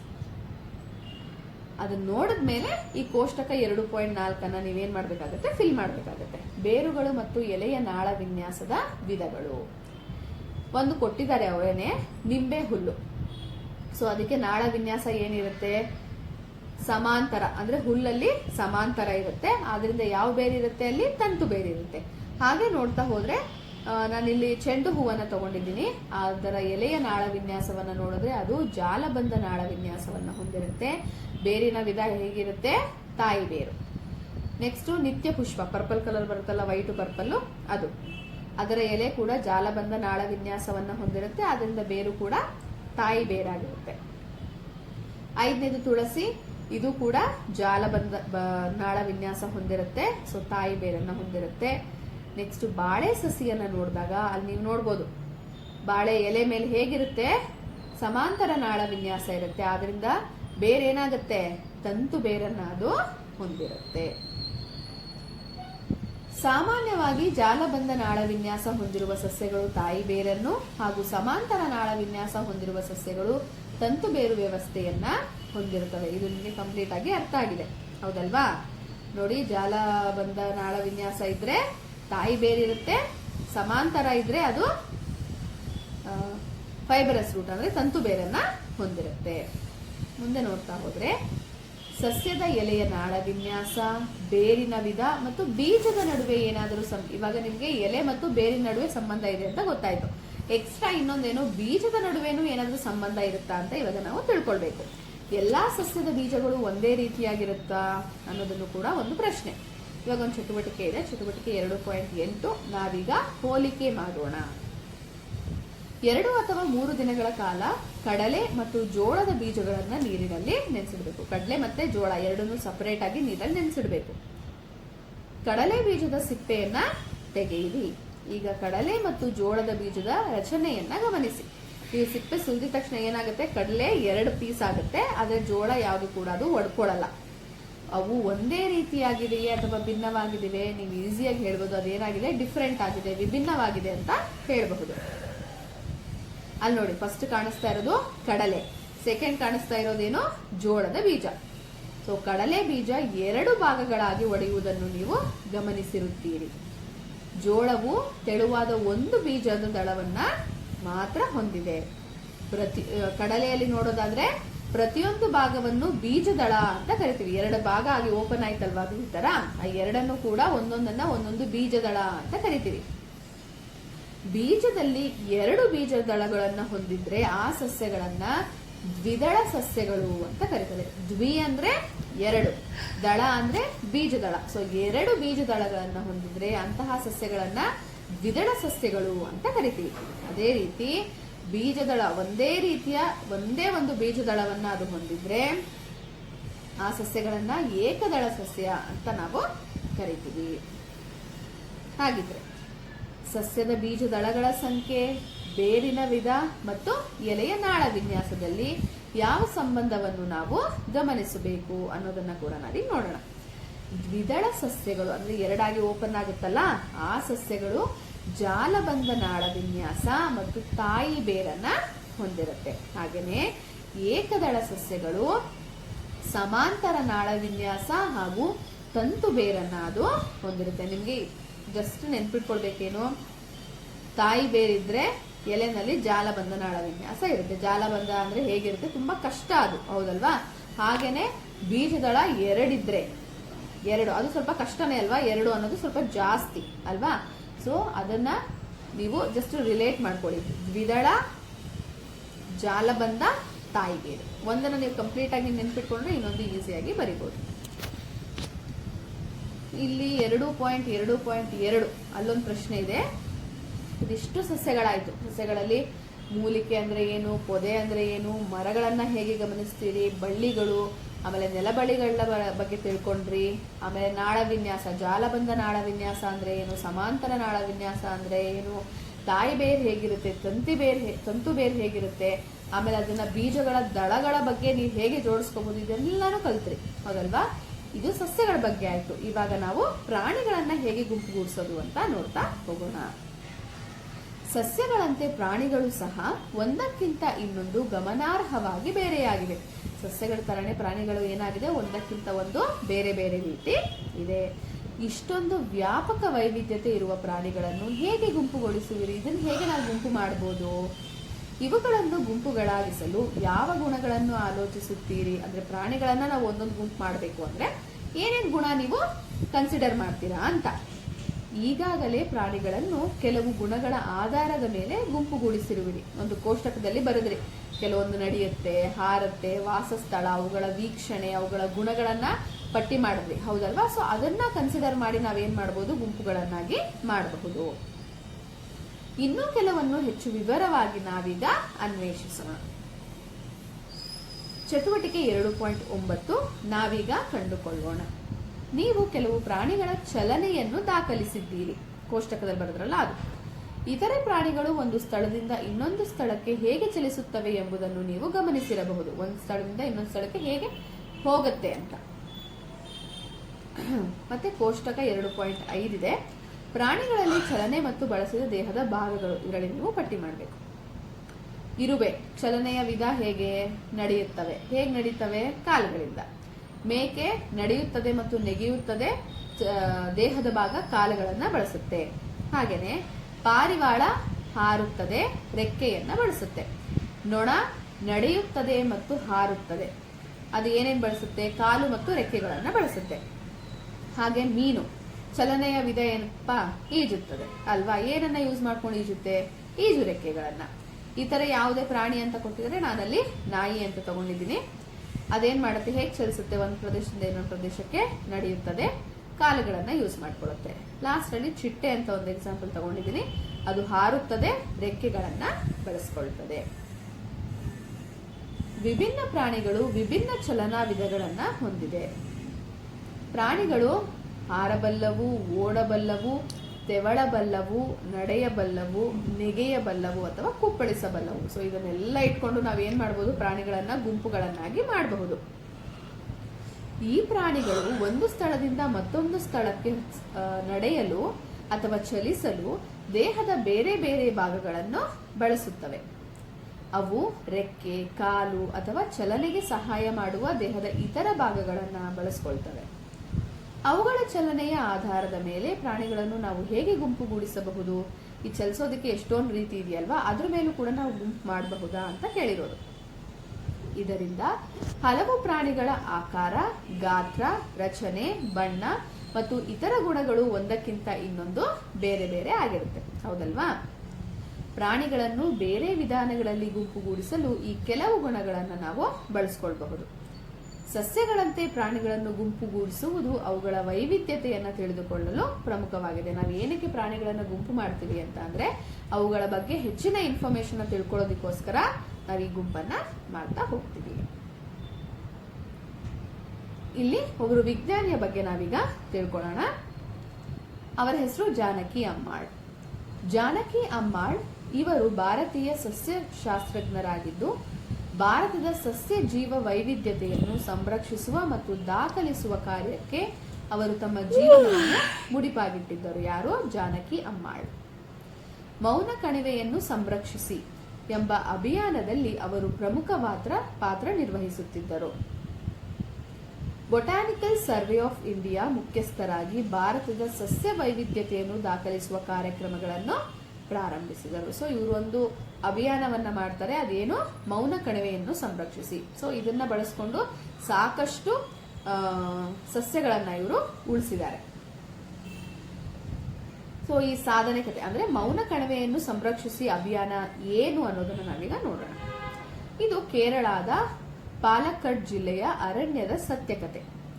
ಈ ಕತೆ ತೇವಾಂಶ ಪೂರಿತ ನಿತ್ಯ ಹರಿದ್ವರ್ಣ ಅರಣ್ಯ ಮತ್ತು ಅದರ ಸಂಪತ್ಭರಿತ ಜೀವನದ ವೈವಿಧ್ಯಮಯ ಅಸ್ಪರ್ಶ ಸೌಂದರ್ಯವನ್ನು ಸಂರಕ್ಷಣೆ ಮಾಡುವುದರ ಕುರಿತಾಗಿದೆ. ಅಂದ್ರೆ ಕೇರಳದಲ್ಲಿ ಒಂದು ಅರಣ್ಯದಲ್ಲಿ ಇರುವಂತಹ ಸಸ್ಯಗಳನ್ನ ಸಂರಕ್ಷಣೆ ಮಾಡೋದ್ರ ಬಗ್ಗೆ ಆಗಿದೆ ಈ ಕತೆ. ಮೌನ ಕಣಿವೆ ಎಂದು ಈಗ ಪ್ರಖ್ಯಾತವಾಗಿರುವ ಕಣಿವೆಯ ಉಳಿವಿಗಾಗಿ ಅರಣ್ಯದ ಸುತ್ತಮುತ್ತ ಪ್ರದೇಶದಲ್ಲಿ ವಾಸಿಸುತ್ತಿದ್ದ ಸಾಮಾನ್ಯ ಜನರು ಗಮನಾರ್ಹ ಚಳುವಳಿ ನಡೆಸಿ ಆ ಕಣಿವೆಯನ್ನು ಉಳಿಸಿದರು. ಕುಂತಿ ನದಿಗೆ ಅಡ್ಡಲಾಗಿ ಜಲವಿದ್ಯುತ್ ಅಣೆಕಟ್ಟು ನಿರ್ಮಾಣದ ಪ್ರಸ್ತಾವನೆಯ ವಿರುದ್ಧ 10 ವರ್ಷಗಳ ಕಾಲ ಹೋರಾಟ ಮಾಡಲಾಯಿತು. ಸೊ ಆ ಕುಂತಿ ನದಿಗೆ ಅಡ್ಡವಾಗಿ ಒಂದು ಅಣೆಕಟ್ಟನ್ನ ಕಟ್ತೀವಿ ಅಂತ ಹೇಳಿದಾಗ ಅದು ಬೇಡ ಅಂತ 10 ವರ್ಷ ಹೋರಾಟ ಮಾಡ್ತಾರೆ.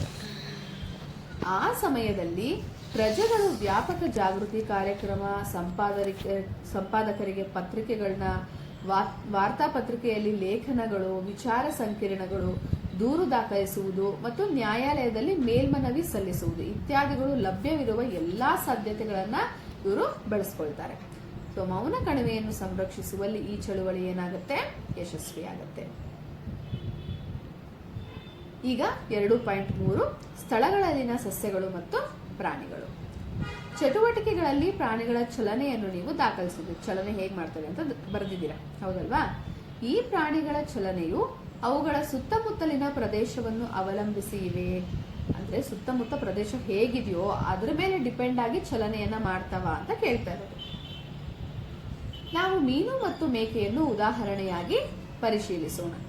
ಫಸ್ಟ್ ಮೀನನ್ನ ತಗೊಂಡ್ರೆ ಮೀನ್ ಎಲ್ಲಿ ವಾಸಿಸುತ್ತೆ? ನೀರಲ್ಲಿ ವಾಸಿಸುತ್ತೆ, ಹೌದಲ್ವಾ?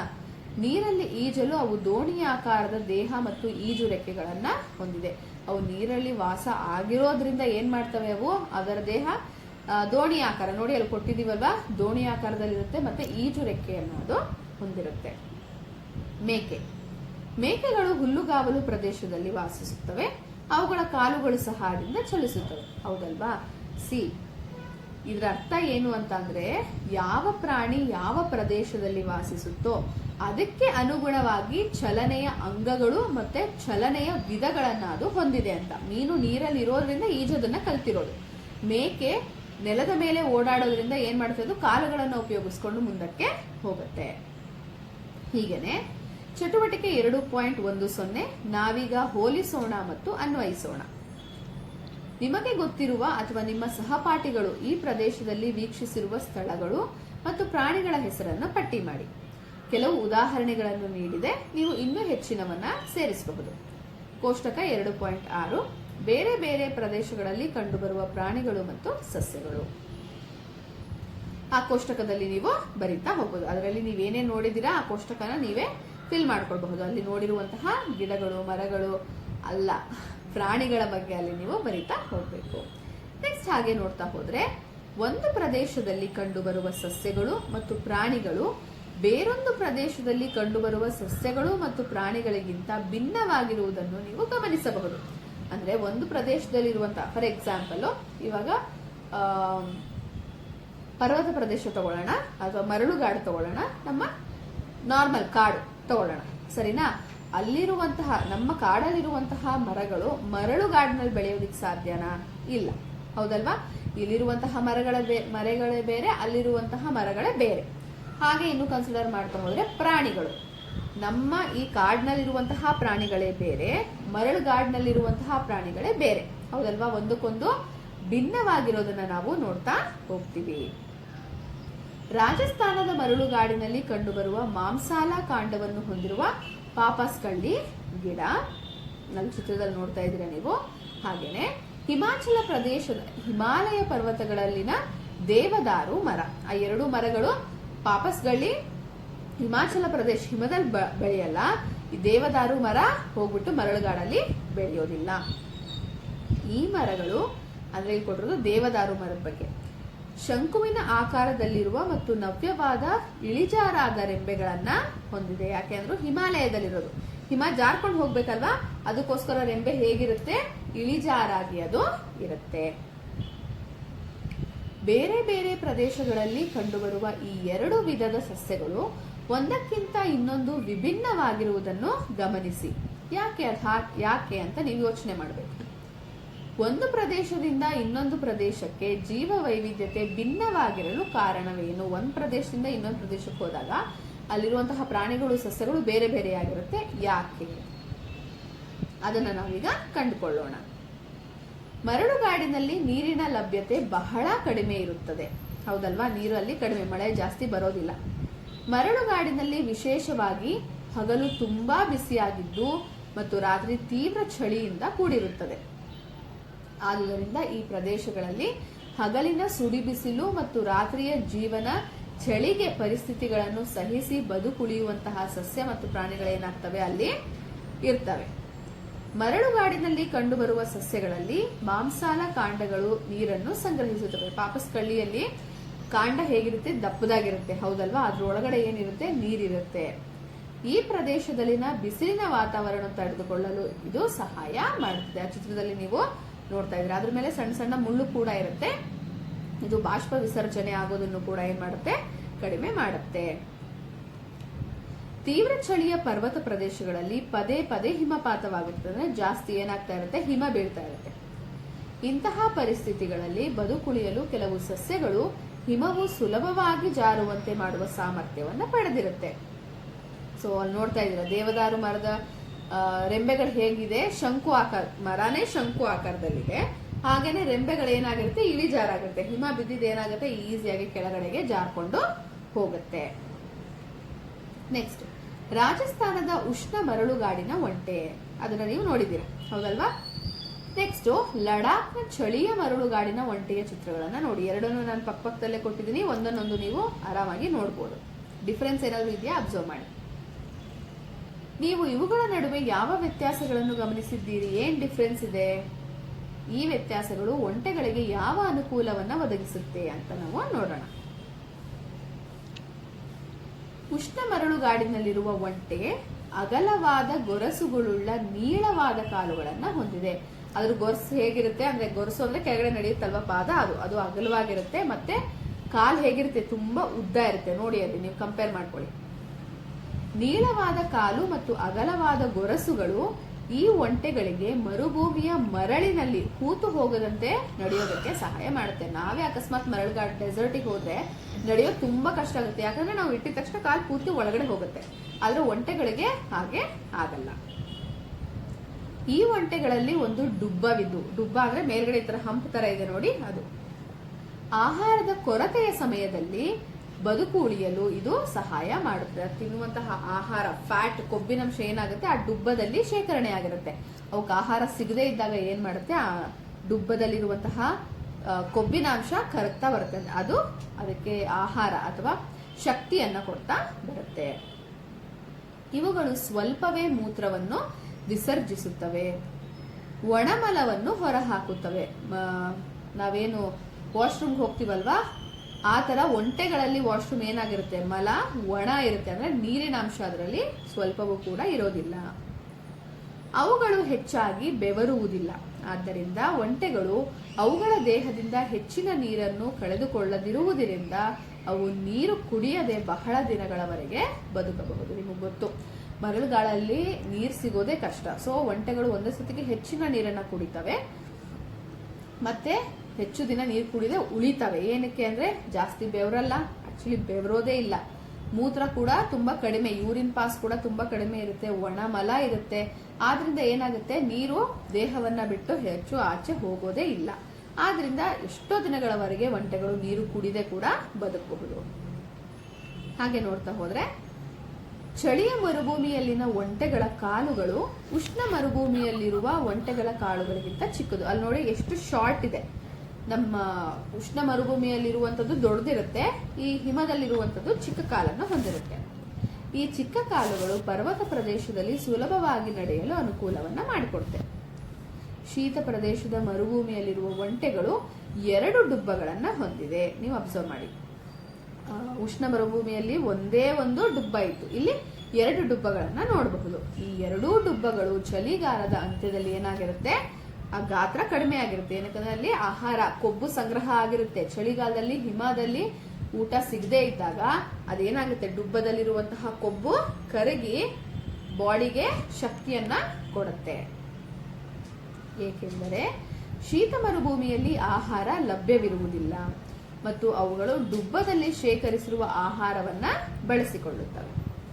ಅಲ್ಲದೆ ಲಡಾಖ್ನ ತೀವ್ರ ಚಳಿಯಲ್ಲಿ ಬದುಕುಳಿಯಲು ತಲೆಯಿಂದ ಕುತ್ತಿಗೆಯವರೆಗೂ ಬೆಳೆಸಿದ ಕೂದಲುಗಳು ಸಹಾಯ ಮಾಡ್ತದೆ. ತಲೆಯಿಂದ ಕುತ್ತಿಗೆವರೆಗೂ ನೋಡಿ ಫುಲ್ಲು ಕೂದಲಿದೆ, ಹೌದಲ್ವಾ? ಅದರಿಂದ ಚಳಿಯನ್ನು ನಾವು ತಡ್ಕೊಳ್ಬಹುದು.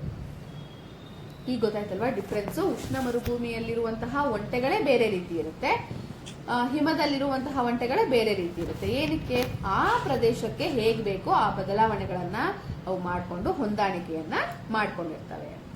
ನೀಲಗಿರಿಯ ಶೋಲಾ ಕಣಿವೆ ಕಾಡುಗಳಲ್ಲಿ ಉಜ್ವಲ ಪ್ರಭೆಯ ಹೂಗಳುಳ್ಳ ರೋಡೋಡೆಂಡ್ರಾನ್ ಎಂಬ ಸಸ್ಯಗಳನ್ನು ಕಾಣಬಹುದು. ಆ ಚಿತ್ರದಲ್ಲಿ ನೋಡ್ತಾ ಇದ್ದೀರಲ್ಲ, ಅದೇ ರೋಡೋಡೆಂಡ್ರಾನ್.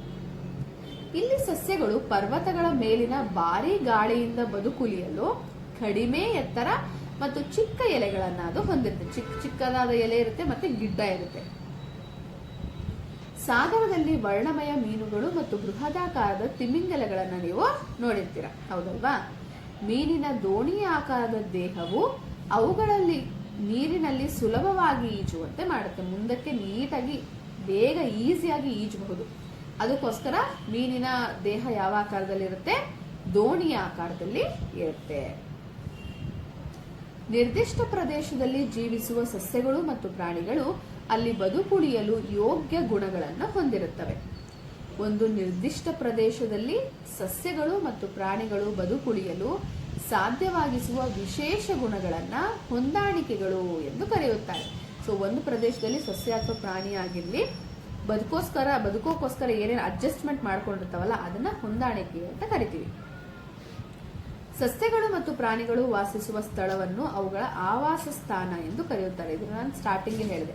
ಎಲ್ಲೆಲ್ಲಿ ವಾಸಿಸ್ತಾವೋ ಪ್ರಾಣಿಗಳಾಗಿರ್ಲಿ ಸಸ್ಯಗಳಾಗಿರ್ಲಿ ಅದನ್ನ ಆವಾಸ ಸ್ಥಾನ ಅಂತ ಕರಿತೀವಿ. ಉದಾಹರಣೆ, ಸಮುದ್ರ ಅಥವಾ ಸಾಗರವು ಸಮುದ್ರ ಆಮೆಗಳ ಆವಾಸ ಸ್ಥಾನ. ಒಂಟೆಯ ಆವಾಸ ಸ್ಥಾನ ಉಷ್ಣ ಅಥವಾ ಶೀತ ಮರುಭೂಮಿ. ಹಾಗೆ ಮುಂದೆ ನೋಡ್ತಾ ಹೋದ್ರೆ ಸಸ್ಯಗಳು ಮತ್ತು ಪ್ರಾಣಿಗಳ ಆವಾಸ ಸ್ಥಾನವು ಅವುಗಳ ಉಳಿವಿಕೆಗಾಗಿ ಆಹಾರ, ನೀರು, ಗಾಳಿ, ಆಶ್ರಯ ಮತ್ತು ಇದರ ಅನೇಕ ಅಗತ್ಯತೆಗಳನ್ನ ಏನ್ ಮಾಡ್ತಾ ಇರ್ತವೆ, ಒದಗಿಸ್ತಾ ಇರುತ್ತೆ. ಒಂದು ಪ್ರದೇಶದ ಜೀವ ವೈವಿಧ್ಯತೆಯನ್ನು ರೂಪಿಸುವಲ್ಲಿ ಆವಾಸ ಸ್ಥಾನವು ಬಹುಮುಖ್ಯ ಪಾತ್ರವನ್ನ ವಹಿಸುತ್ತೆ. ಅಂದ್ರೆ ಅಲ್ಲಿರುವಂತಹ ಗಾಳಿ, ನೀರು, ಪರಿಸರ, ಆ ಪರಿಸರ ಏನ್ ಮಾಡುತ್ತೆ, ಅಲ್ಲಿ ಎಂತಹ ಸಸ್ಯ ಇರಬೇಕು, ಎಂತಹ ಪ್ರಾಣಿಗಳು ಇರಬೇಕು ಅನ್ನೋದನ್ನ ನಿರ್ಧಾರ ಮಾಡುತ್ತೆ. ಆವಾಸ ಸ್ಥಾನದ ಆಧಾರದ ಮೇಲೆ ಸಸ್ಯಗಳು ಮತ್ತು ಪ್ರಾಣಿಗಳನ್ನು ಯಾವ ರೀತಿ ಗುಂಪುಗೂಡಿಸಬಹುದು ಅಂತ ನಾವು ನೋಡ್ಬೇಕಾಗತ್ತೆ. ನೆಲದ ಮೇಲೆ ವಾಸಿಸುವ ಮತ್ತು ನೀರಿನಲ್ಲಿ ವಾಸಿಸುವ ಜೀವಿಗಳು ಎಂದು ಒಂದು ರೀತಿಯಲ್ಲಿ ಅವುಗಳನ್ನ ಗುಂಪು ಮಾಡಬಹುದು, ಹೌದಲ್ವಾ? ಈ ಪ್ರಾಣಿಗಳು ನೆಲದ ಮೇಲೆ ವಾಸಿಸುತ್ತೆ, ಈ ಪ್ರಾಣಿಗಳು ನೀರಿನ ಒಳಗಡೆ ವಾಸಿಸುತ್ತೆ ಅಂತ ನಾವು ಗುಂಪನ್ನ ಮಾಡಬಹುದು. ಹಾಗೇನೆ ನೆಲದ ಮೇಲೆ ವಾಸಿಸುವ ಪ್ರಾಣಿಗಳು ಮತ್ತು ಸಸ್ಯಗಳನ್ನ ನೆಲವಾಸಿಗಳು ಅಂತ ಕರಿತೀವಿ. ಅರಣ್ಯ, ಮರುಭೂಮಿ, ಹುಲ್ಲುಗಾವಲು, ಪರ್ವತ ಇವೆಲ್ಲವೂ ಕೂಡ ನೆಲ ಆವಾಸಗಳಿಗೆ ಉದಾಹರಣೆ ಆಗಿರುತ್ತೆ.